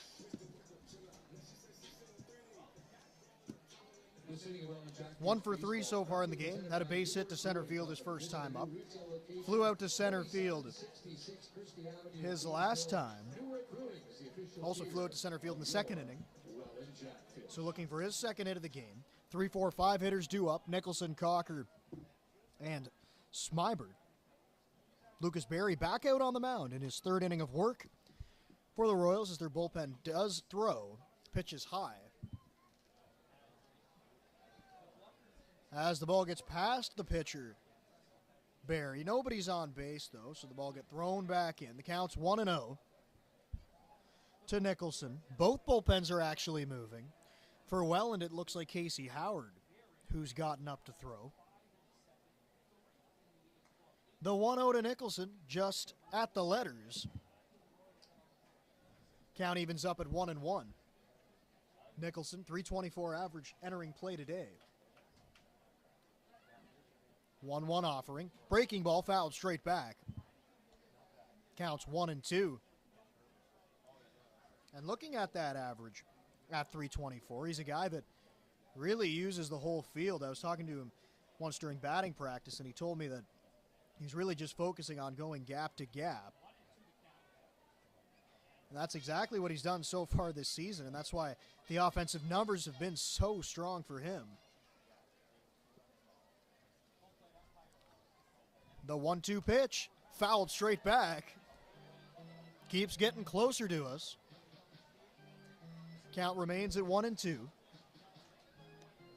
Nicholson, not necessarily a guy known for his power, but he does have a home run. Hit it right here at Welland Stadium. Pulled it to right field, or left field, excuse me. He's sitting in a 1-2 count now to Lucas Berry. Offering from Berry. That's in the air. Left field. Coming in is Hammond. He's there now. Going back. Makes the catch.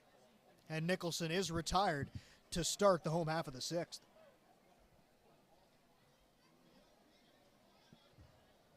Outfielders have been busy today for the Guelph Royals. Number 16, Sam. Hammond made that play very easily. Went into the left center field gap.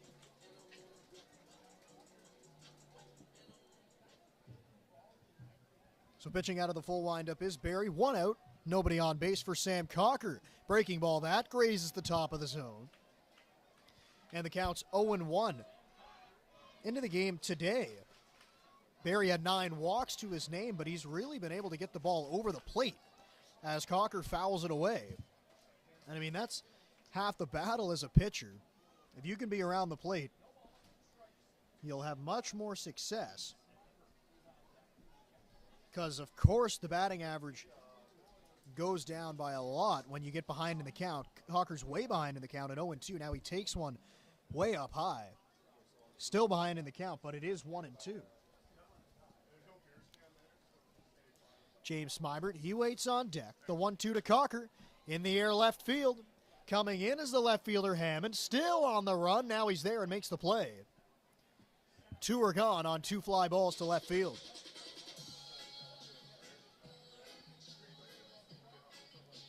Your shortstop, number 23, James Smybert. So it's James Smybert now. Smybert 2 for 3 in this game. Last time up, flew out to center field. 2 quick outs in this inning for Berry as he tries to get through his 3rd inning of work. Royals bullpen now quiet. Off-speed pitch, swing and a miss from Smybert. First strike to Smybert, and you saw that in his last at-bat as well. Berry going to the off-speed pitch. Fooled him twice now. The 0-1, fouled straight back. And the count's 0-2. We're like a magnet up here today. I've only ever seen one ball actually come in to the press box, but they just keep coming towards us today. 0-2 pitch to Smybert. Popped up on the infield, going over to second baseman LaRue. Just into the grass, makes the catch. And the Jackfish are retired in order. Good inning from Lucas Berry. As 1-2-3 go the Fish. Now we go to the 7th inning. Jackfish lead at 9-1. Again, focus your attention right in front of that Welland Jackfish.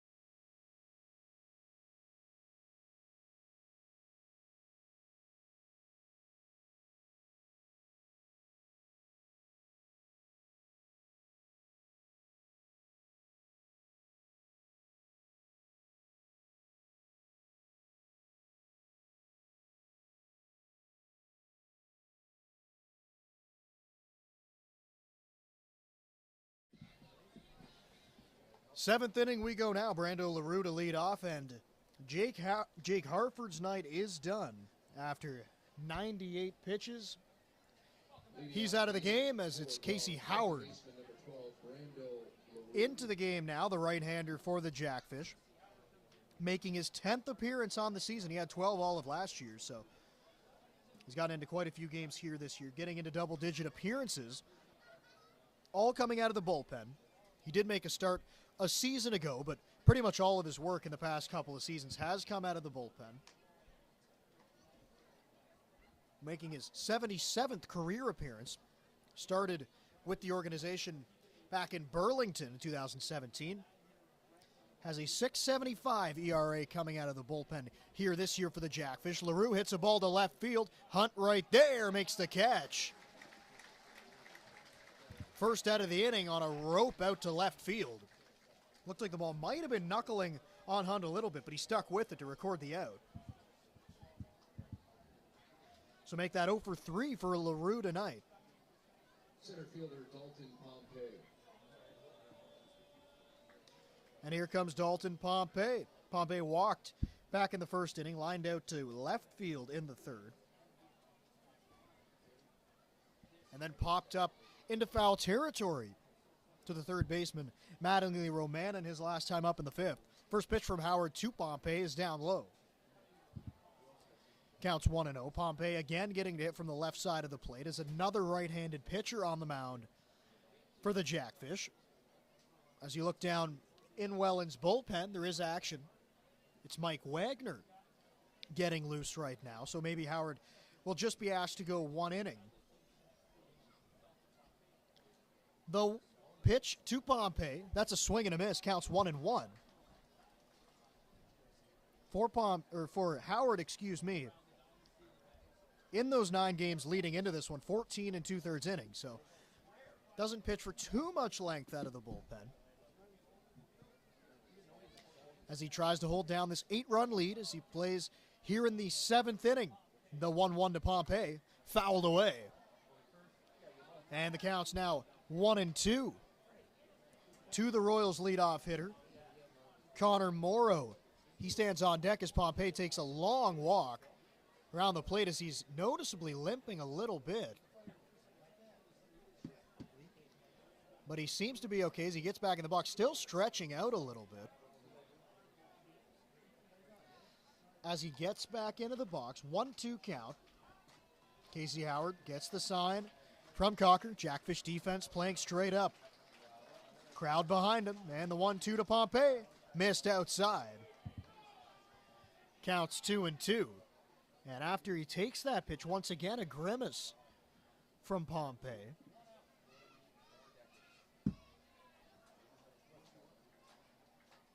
Steadies his bat now behind his head. Open stance from the left side. The offering from Howard missed outside. And the count's 3-2 now. Full count, 1 out. Pompey looking for his first hit of the contest. Came in today hitting .354, one of the best hitters in the league. And the 3-2. Swing, bounced out to first base. Porcelato up with it. He steps on the bag, and there's 2 gone.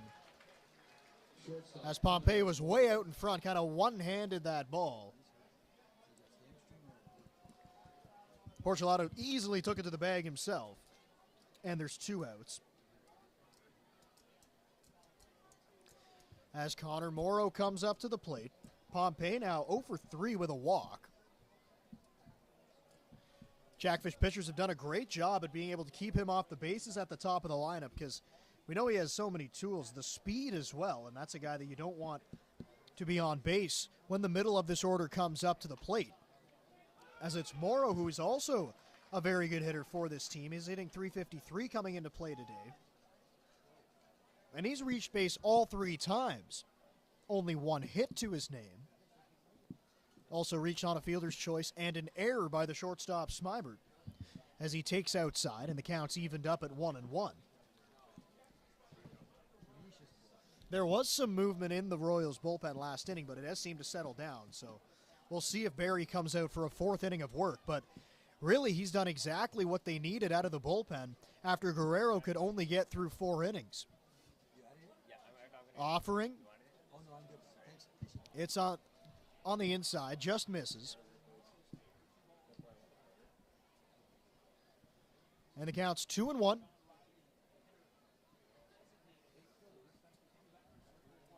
Morrow is the shortstop as he awaits the 2-1. Down low, just below the knees. And the count's now 3-1 as Sean Riley lurks on deck.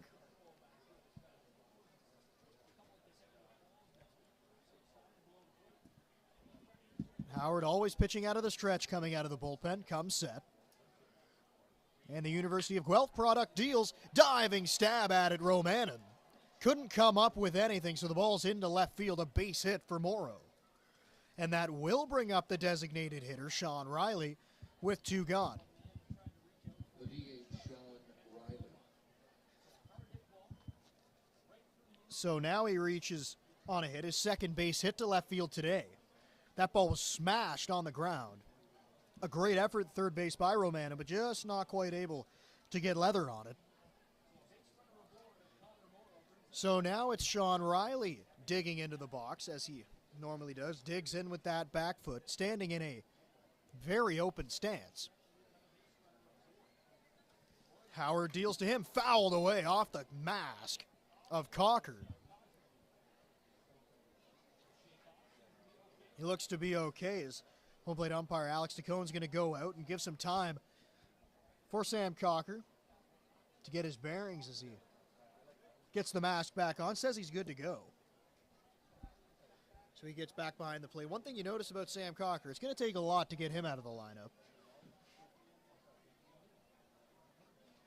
Had a bit of an injury earlier on this season, but played through it. Now taking that foul tip off the mask. Seems to be good to go. As he gets back in the crouch, it's an 0-1 count to Sean Riley.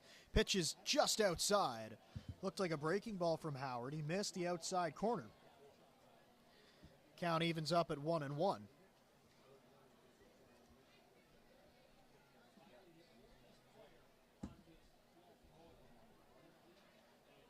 Howard has the sign. Short lead over there at first base. 1-1 pitch to Riley. Wanted to swing, but he didn't, and the pitch was off the plate.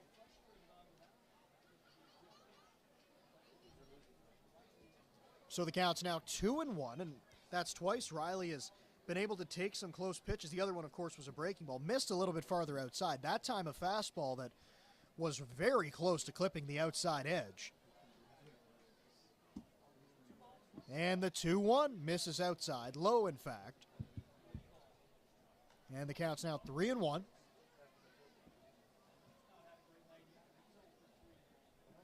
As Howard's going to take a walk behind the mound. Kind of looking down at his hand, stretching it out a little bit, but he seems to be good to go now as he climbs back onto the mound.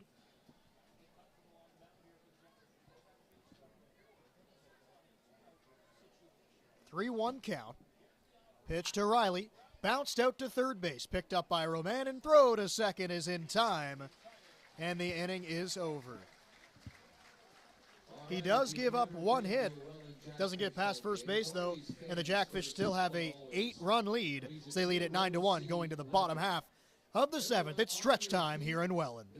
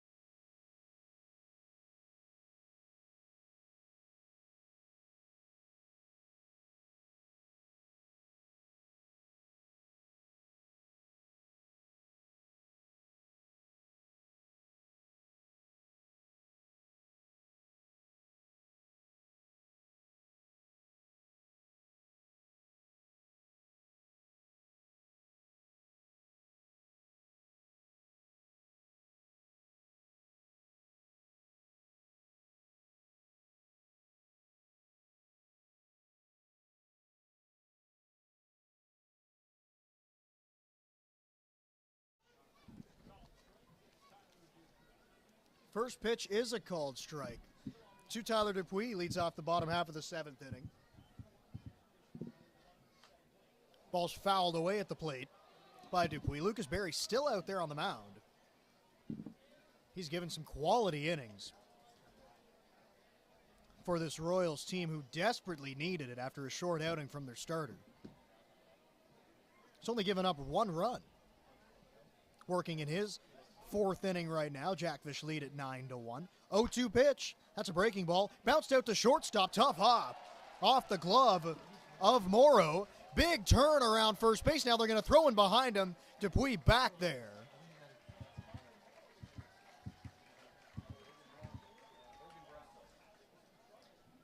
As now we're going to see a pinch hitter. Hogan Brown's going to come into the game to hit for Ethan Hunt. Number 24, Hogan Brown.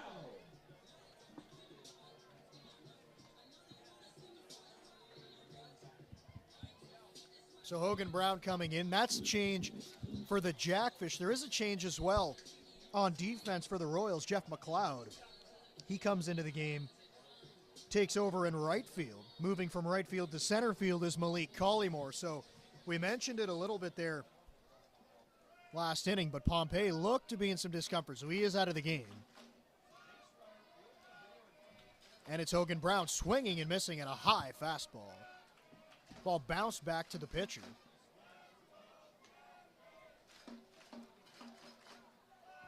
Dupuis on at first base. Brown getting his first opportunity in this game.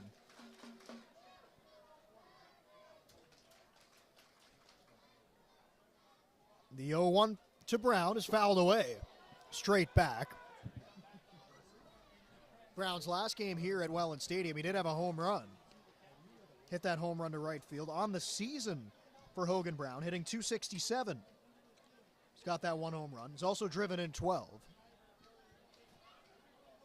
Batting from the left side. He's a natural outfielder, but he has played some first base for this team as they continued to search for answers at first base. It seems like now with Dupuis back in the lineup, we're likely to see a lot of Mateo Porchelato over there at first. That pitch runs inside and hits him. Brown's going to trot down to first base. Dupuis up to second, and here comes Mattingly Romanen.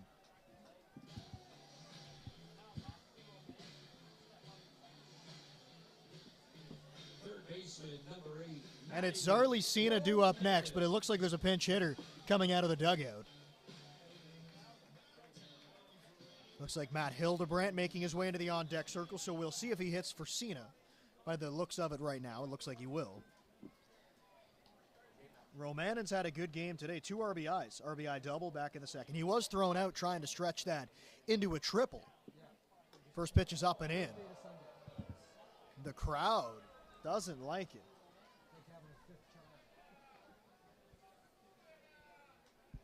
Two RBIs in the game for Romanen. He's also struck out, hit a sacrifice fly in his last opportunity. 2 runners on base. Pitch to Romanen's down low. Counts now 2-0 to the Jackfish third baseman. As the Royals bullpen now gets up to throw. Look at the runner at second. Pitch from Barry. It's up high. And the count's now 3-0, and you get to wonder a little bit about the fatigue now from Barry, as he's been out there for quite a while, and he's missed 3 straight to Romanen, the number 8 hitter.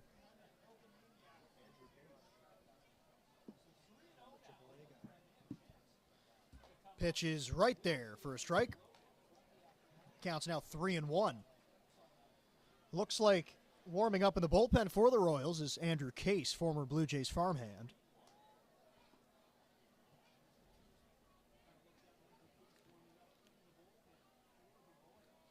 Pitch from Barry. It's up high. And that'll load the bases with nobody out for Matt Hildebrandt. And that'll get the crowd going. Everyone cheering as Matt Hildebrandt is announced into the game. Definitely a fan favorite here at the Pond, and you can see that warm reception.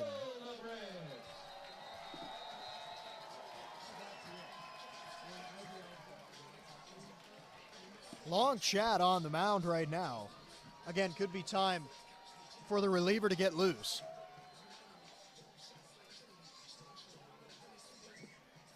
He definitely had a message he wanted to get to his pitcher, so he's got that now.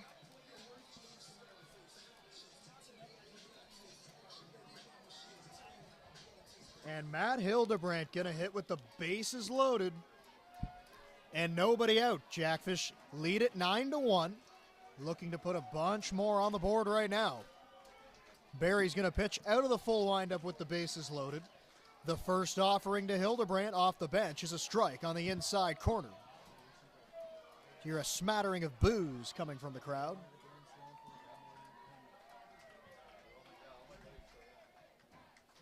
Oh, 1 pitch to Hildebrandt. Swing on the ground, through for a base hit. Dupuis come on down, he'll score. Jackfish are content to play station to station in a 10-1 ball game. So Hogan Brown stops at third base. But still the bases are loaded, nobody out. As the Fish go back to the top of the order, here's Gio Morello.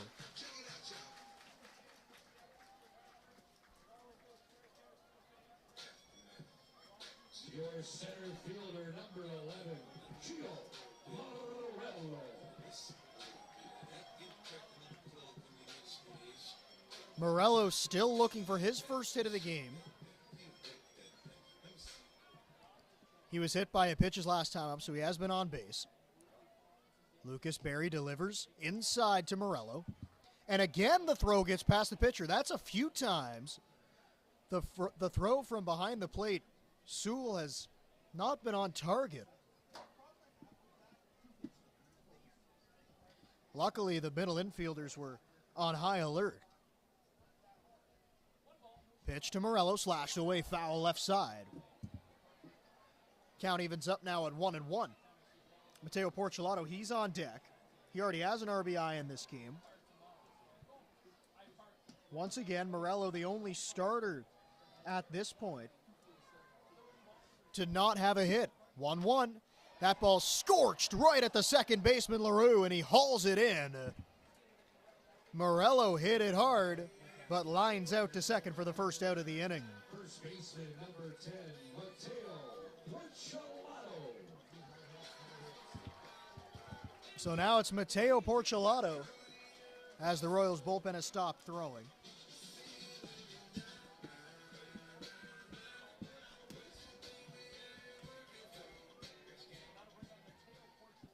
Porcelato's going to get a chance to hit with the bases loaded and less than 2 out. There is 1 out in the inning. That was which just happened, the line out to second base by Morello. First pitch to Porcelato. That grazes the inside corner. You could tell Porcelato visibly didn't think that was a strike. Counts 0-1 to Porcelato. Berry offers up high. Jackfish first baseman able to hold off. And the count's 1-1. Berry takes a second off the rubber. Now he steps back on. Short leads all around the bases for Welland. And the 1-1 offering to Porcelato. Scorched right to the first baseman. It's going to be a double play. Ball was hammered at Barless. He made the catch and dove back to double off Matt Hildebrandt. And nothing you could do if you're the runner at first base. So the Jackfish do score once, but the Royals and Barry are able to minimize the damage. They do lead at 10-1 as we go to the 8th. We find out how big that jackpot was tonight.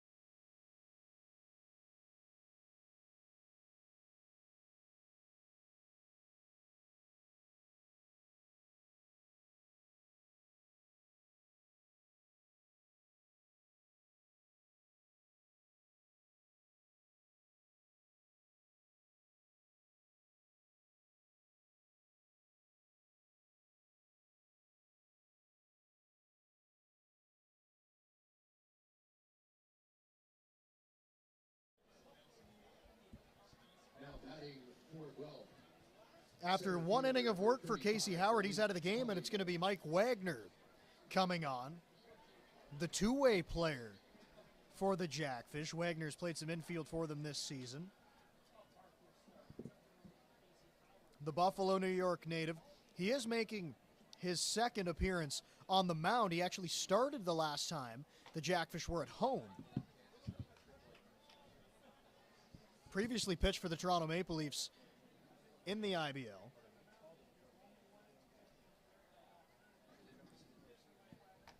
Pitches inside. He started the game the last time, but only went one inning. Harford came in after that. But he did pitch well in that first inning, didn't give up a run. And this time he misses up high. And the count's 2-1 now.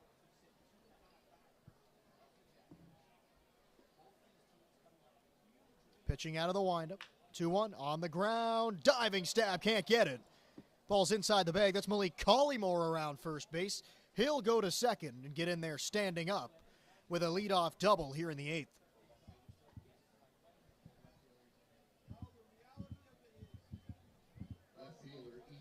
That's now the center fielder, Malik Collymore, as he was moved into center field from right field that last half inning. So he picks up a double. First hit of the game, he struck out twice, flew out to center field. Now he has that hit to left field. And now here comes Ethan Hammond, left-handed hitter. He's 1 for 3. Struck out, lined out, and doubled. Now he bounces the ball out to first base, knocked down by Porcelato. He's going to take it to the bag himself. So 1 out, but on the play, Collymore moves up to third base. So he's now 90 feet away, but there is one gone. As here comes Darius Barlas.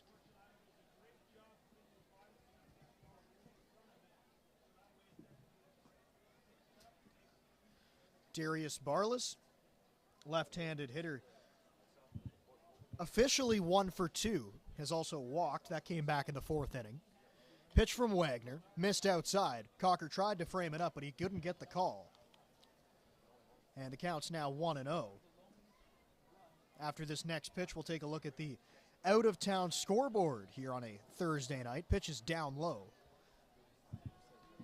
As we take a look at the out-of-town scoreboard, there is only one game happening outside of Welland. That is the Hamilton Cardinals visiting the Kitchener Panthers, and that's a blowout in that one. 17-6, the Panthers lead it, playing in the 6th inning. As Hamilton's fallen on some tough times lately.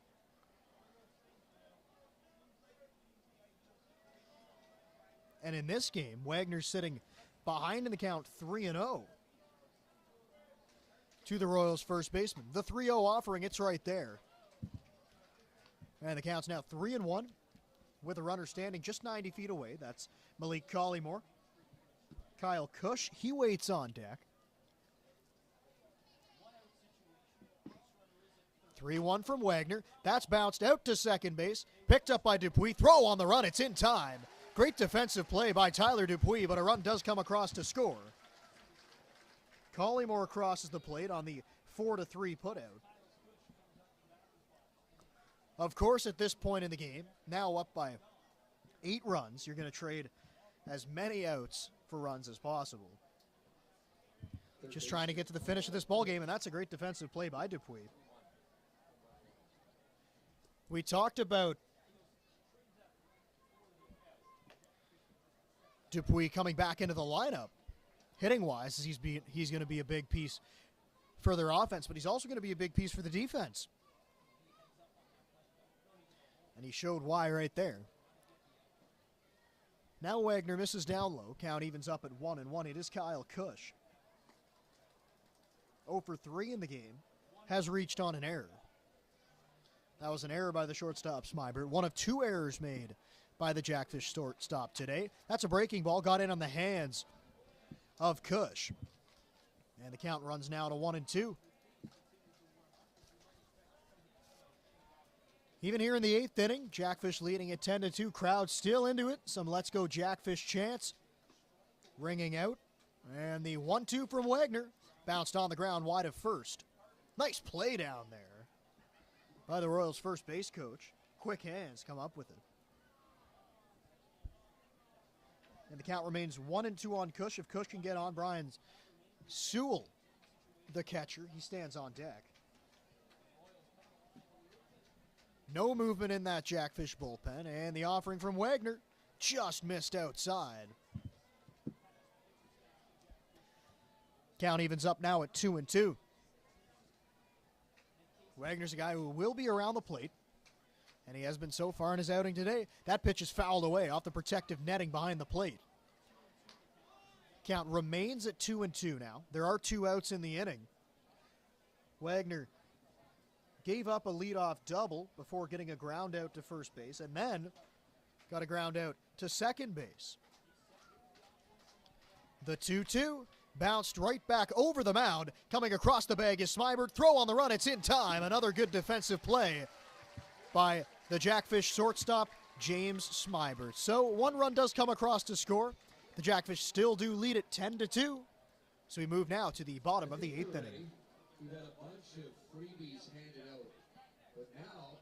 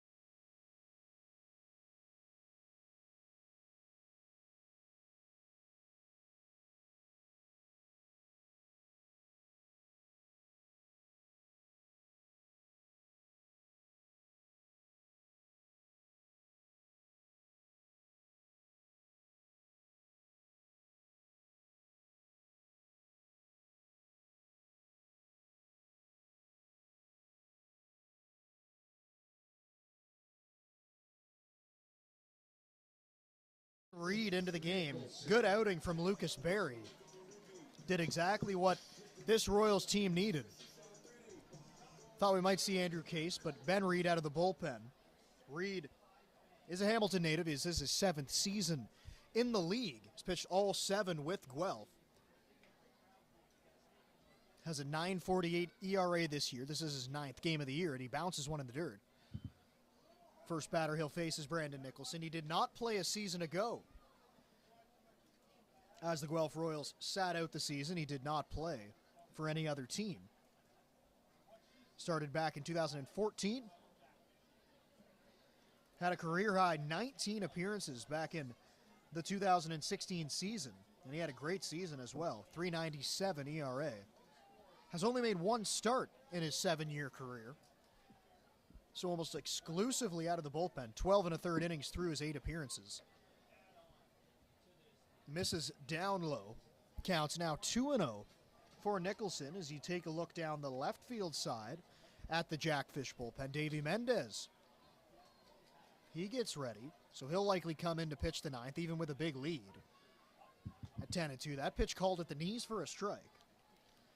Counts now 2-1 on Brandon Nicholson as Ben Reed faces his first hitter out of the bullpen. Royals bullpen is quiet right now as he misses up high. Count runs now to 3-1 on the Jackfish right fielder. Sam Cocker's on deck. The 3-1 to Nicholson, that's up high, he walked him.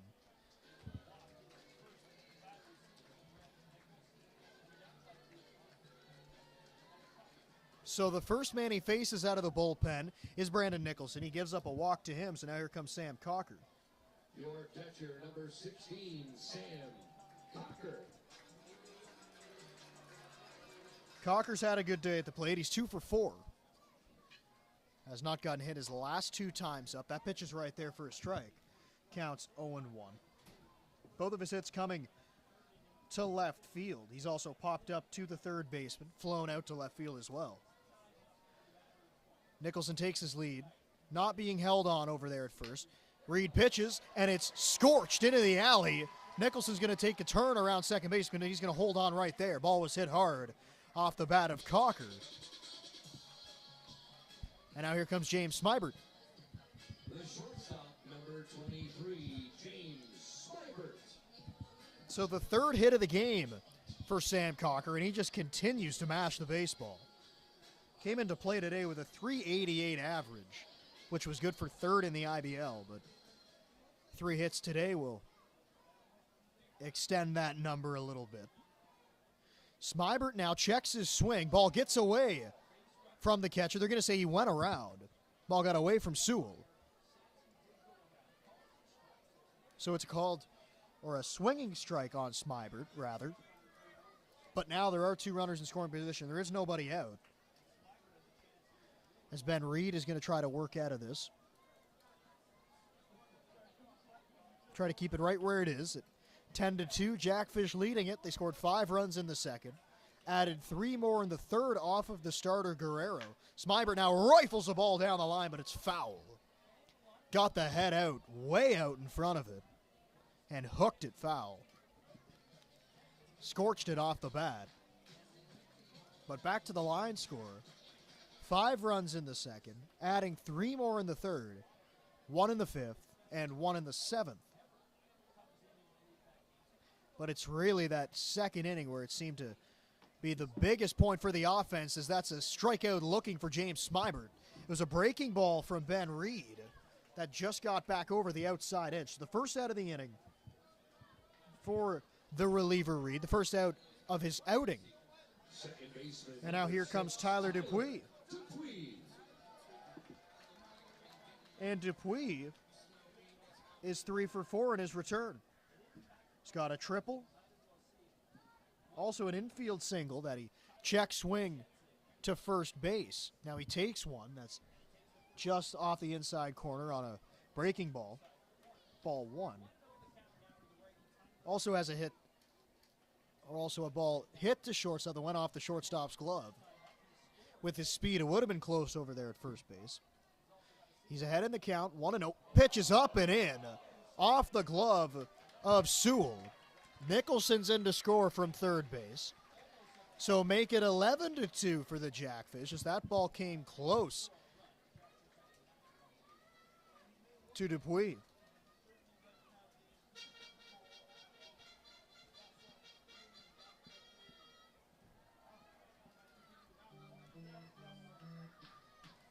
Dupuis now with a runner just at third base. It's Sam Cocker standing 90 feet away. Hogan Brown, who got his first at-bat last inning, is on deck. Another pitch inside. Dupuis had to bend out of the way of it, and now he's way ahead in the count, 3-0.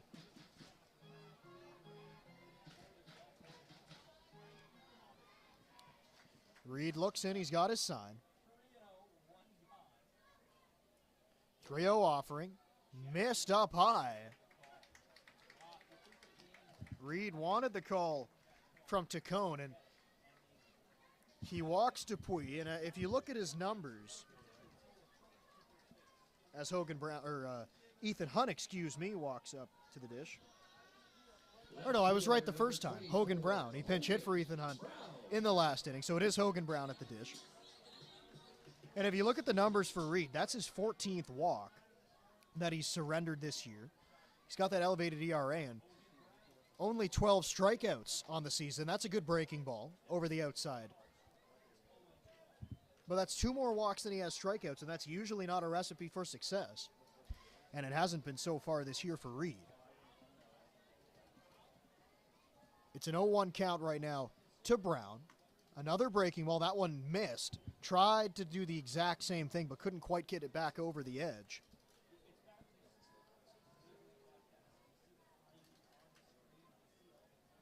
And the count is even at 1-1. It's Cocker at third base. Dupuis on at first. Pitch is off the glove of the catcher, Sewell. Cocker's going to come in to score on the wild pitch. Dupuis up to second. And the Jackfish now lead it by 10. It's 12-2.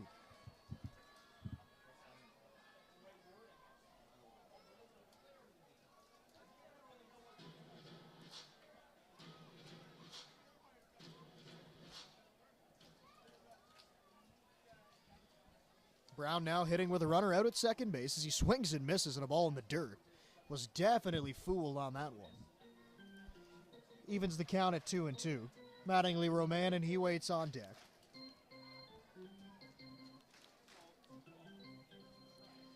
And it's Tyler Dupuis at second base, takes his lead. No check on the runner by Reed as he delivers to the plate. That ball's bounced right back up the middle. That's a base hit to center field. Collymore in to play it. Dupuis stopped at third. So a base hit for Hogan Brown. His first hit of the game after he was hit in his pinch hit at bat.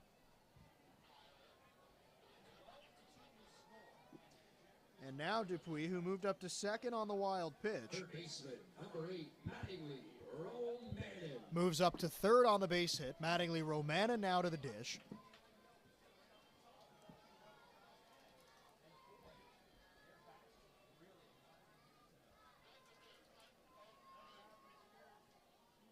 Pitch to Romanen. That's on the outside corner. It looked like a breaking ball. He's been using that breaking ball quite a bit here in this 9th inning.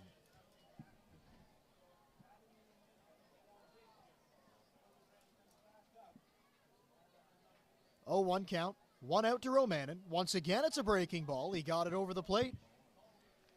0-2 now. And looking at the Jackfish bullpen, looks like Mendez is just standing by. So he'll likely come into this game in the 9th inning. 12-2's our score. Ball got in on the hands of Romanen, and he fights it into right field. That's a hit. Dupuis going to cross the plate. It's 13-2 now. As Romanen picks up his 3rd RBI of the game. The designated hitter, number 39, Matt Hildebrandt. Once again, Hildebrandt getting a big ovation from the Jackfish faithful. Hildebrandt came into the game and pinch hit for Zarlicina last inning. He had an RBI single with the bases loaded, and then he was doubled off at first base. Porcelato drilled a ball to the first baseman, Barlas. And it was an easy play to double him off, as he really had no chance. So now 2 runners on base for Hildebrandt. He came up last time with the bases loaded. Hogan Brown, he stands at second base. Mattingly Romanen, who just had that soft single to right field, stands at first. And Hildebrandt drives a ball to left field. Hammond going back, and it's over his head and off the wall. Brown's going to come across to score. Romanen into third base. Hildebrandt to second with a double. And the Jackfish are pouring it on. It's 14-2.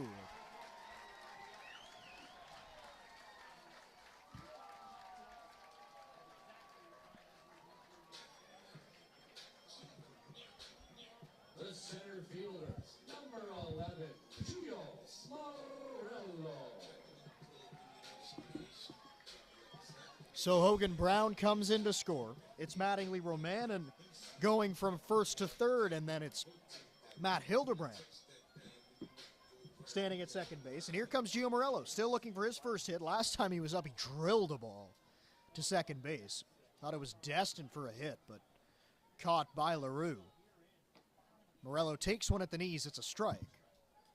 Counts 0-1 to the Jackfish center fielder and leadoff man in this lineup.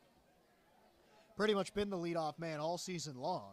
Coming into the year, Brian Essery said he'd really be that table setter at the top of the lineup, and he was right. It's exactly what he's been up there, and he flies a ball foul, left field side. That'll get onto the berm. And the count's now 0-2 on Gio Morello. Mateo Porcelato is on deck. If Porcelato will get on base, or if Morello will get on base, and Porcelato gets to the plate, that will be the 9th hitter in this inning, and he rifles a ball to right field. That's a hit. Romanen scores. Hildebrand stops at third. Another run for the Jackfish, and it's 15-2. Nothing can stop this offense at this point. 15-2 on 21 hits from the offense. I'll say that again, 21 hits. It's an absolute offensive outburst in a game that was really needed. Close in the standings. All the teams are getting close now. This will be good to make some extension into first place, push themselves away from the Royals, who were lurking in that number 3 spot, just 2.5 back from them coming into this game today. And 9-1 in their last 10. They'll likely go on to lose this one, though, as the Jackfish up big, 15-2. This is the 9th man to the plate in the inning. That ball's down low. Counts 2-0 for Morello. His first hit of the game. Now every Jackfish starter has a hit. And actually, everyone who's gotten into the game for the Jackfish has a hit as well, as Hogan Brown and Matt Hildebrand pinch hit, and they both have base knocks. Pitches on the outside corner. Counts 2-1 to Porcelato. Brandon Nicholson started this inning. He started it with a walk. He's on deck.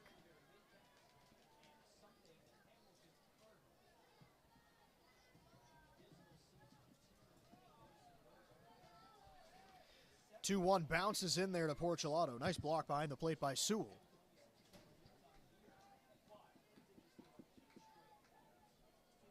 And the count's now 3-1. Ben Reed trying to work through this 8th inning. Jackfish have put up 5 runs here in the 8th. 3-1 to Porcelato at the letters. Strike 2, counts 3-2 now. Porcelato is ready to toss away the bat, but he'll be asked to stay in the box.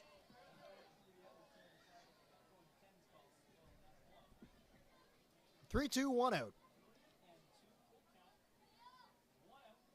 Pitch is inside. He'll walk Porcelato. Bases are loaded now for Brandon Nicholson.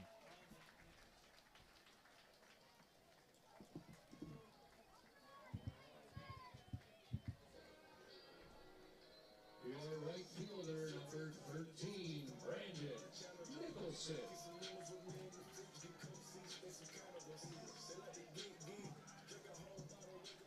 So the bases are loaded for Brandon Nicholson.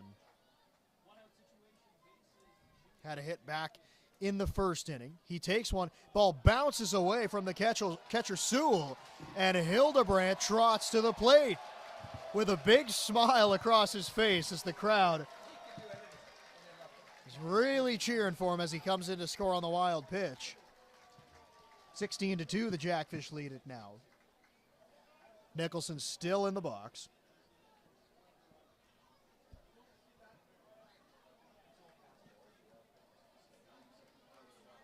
So another wild pitch in this inning from Reed. He hasn't gotten a whole lot of help from his catcher Sewell. Ball's bounced foul. Down to the bullpen, Davey Mendez off the bullpen mound. Now, of course, some people do say pitchers aren't athletes, but Davey Mendez looking extremely athletic. Actually, I was watching him in batting practice today, shagging fly balls. That guy can go get him out there. Pitch on the outside corner. It's called a strike. Counts 1-2.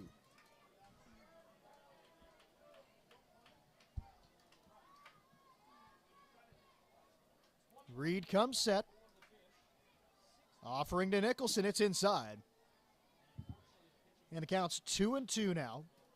Jackfish have collected 21 hits in this game. Royals 6 on their side.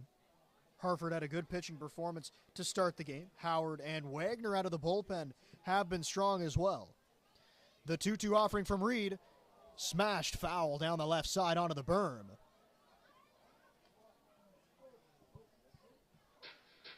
So Nicholson stays alive, stays at the plate. Sam Cocker, he's on deck.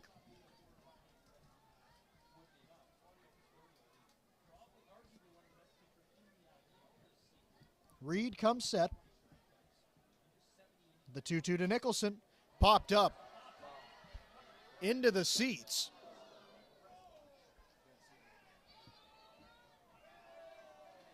So Nicholson still in the box. That's back-to-back foul balls off the bat of the Jackfish right fielder. Nicholson again walked to lead off this inning. Cocker had a base hit after coming up after him. They get 2-2 again, fouled away. Nicholson putting up a fight. See Reed kind of shaking out that right arm a little bit. He's had to throw a lot of pitches here in the 8th inning. You'd have to wonder how much longer he stays out there on the mound. Pitch number 40 of the inning. Breaking ball, swing and a miss. So on pitch number 40, he gets a strikeout from Nicholson. There's 2 out for Sam Cocker. The catcher, number 16, Sam Cocker.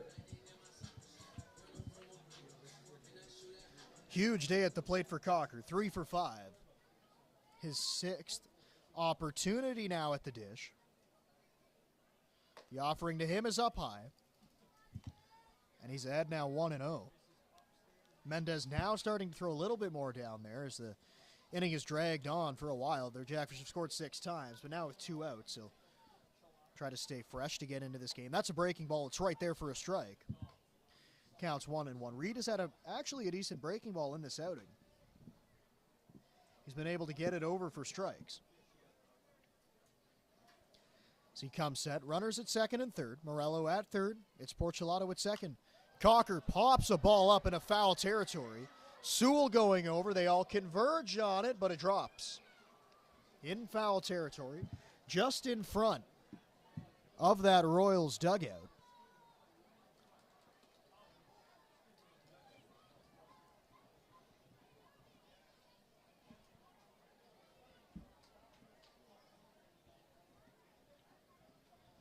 So the runners will go back. Morello back to third. Porcelato back to second.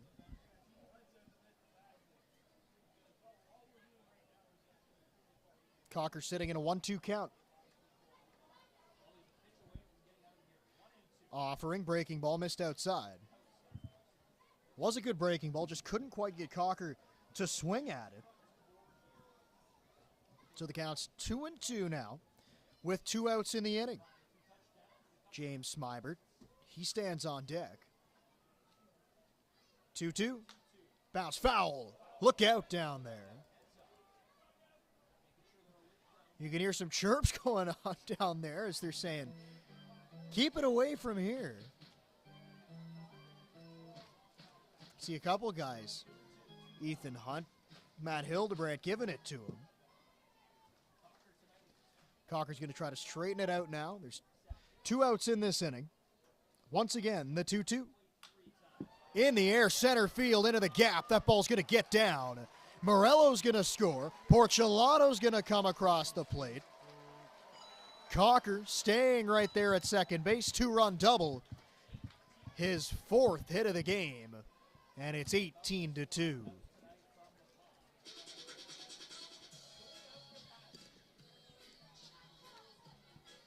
Shortstop number 23, James Smybert.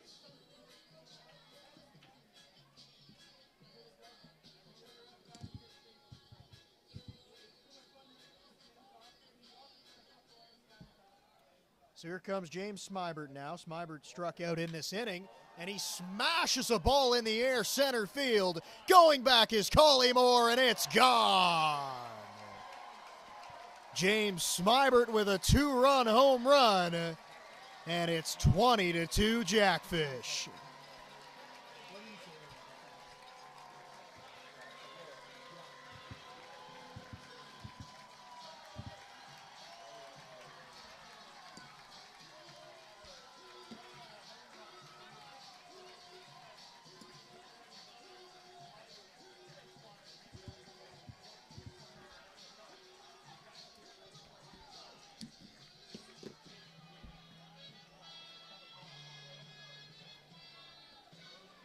Smybert got a pitch to hit, and he did not miss it. Got the head out and drilled it over the right center field fence. That's back-to-back balls that were stung off the bat.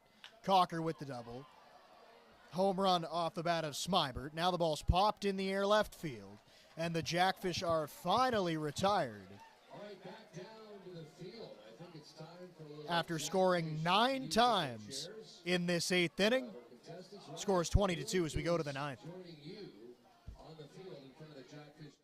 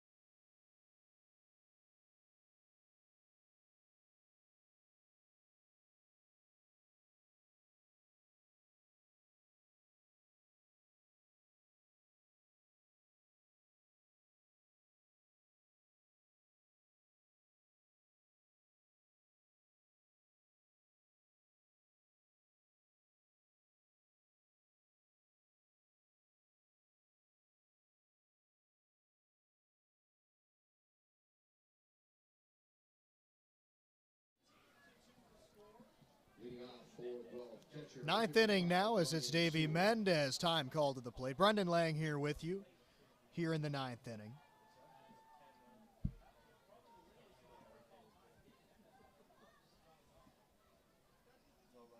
So time is called at the plate. Not sure who called time, as Mendez was asking the same question. But now he is ready to go to face Brian Sewell. First pitch swing and a miss from Sewell. Blew the fastball by him, and the count's 0-1. Due up in this inning for the Royals in their last opportunity today. It's Sewell, Leroux, and Pompey. Or not Pompey, excuse me. That'll be Jeff McLeod, who came into the game defensively. That's a strike on the outside edge. Counts 0-2. Looked like Pompey may have suffered an injury in this game. You can see he was in a bit of discomfort his last time up. So we'll see what comes out of that. Next pitch, swing and a miss. Blew it past him on a fastball up. First out of the inning. Really no chance for Sewell to catch up to that fastball. second baseman Brando LaRue. So now it's Brando LaRue to the dish. He's 0 for 3.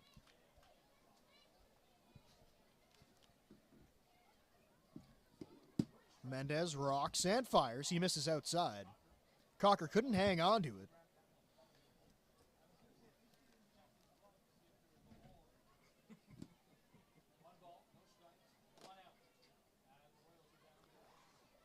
One-0 count to LaRue.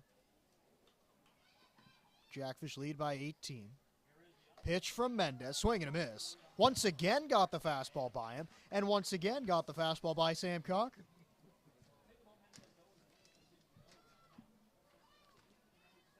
He's got that good fastball. He has also shown he does have good off-speed pitches as well, but probably won't need to break them out too much here in a game this lopsided as he blows another fastball by LaRue.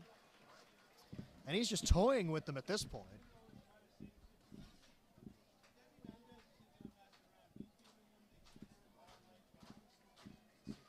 He's going to come right after LaRue here. Shakes the glove and pitches. Popped up on the infield, going over is Dupuis. He's underneath it, going back, and he makes the catch. 2 outs, and the Royals are down to their final out.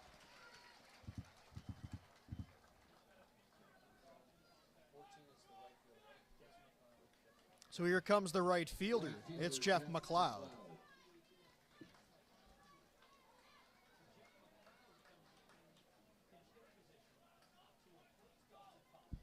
McLeod came into the game a couple innings ago as a defensive replacement in right field.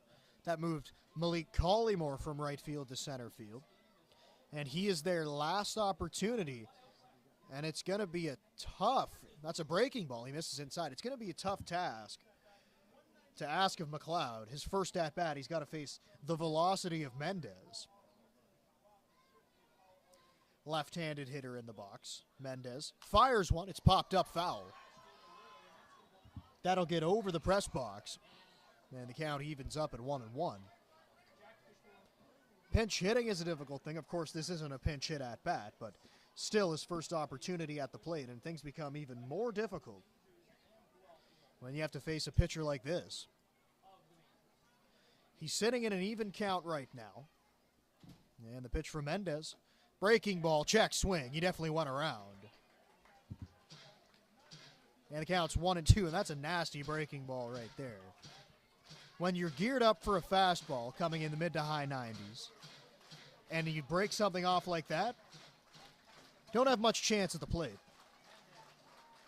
Crowd behind him, and the 1-2. Breaking ball, strike 3 called right over the plate. Mendez gets the strikeout to finish the ball game, and the Jackfish win it 20-2.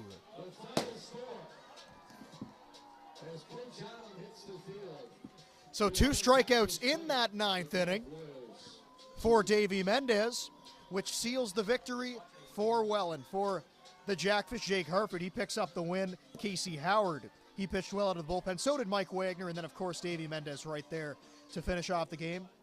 Emily Guerrero, he's going to be slapped with the loss in this game, as he got hit around quite a bit early on. That moves his record to 5-3 on the season, and it moves the overall record of the Guelph Royals to 15-9. It pushes the Jackfish record to 19-6 and increases that lead on first place in the IBL. Thank you for coming along with us tonight.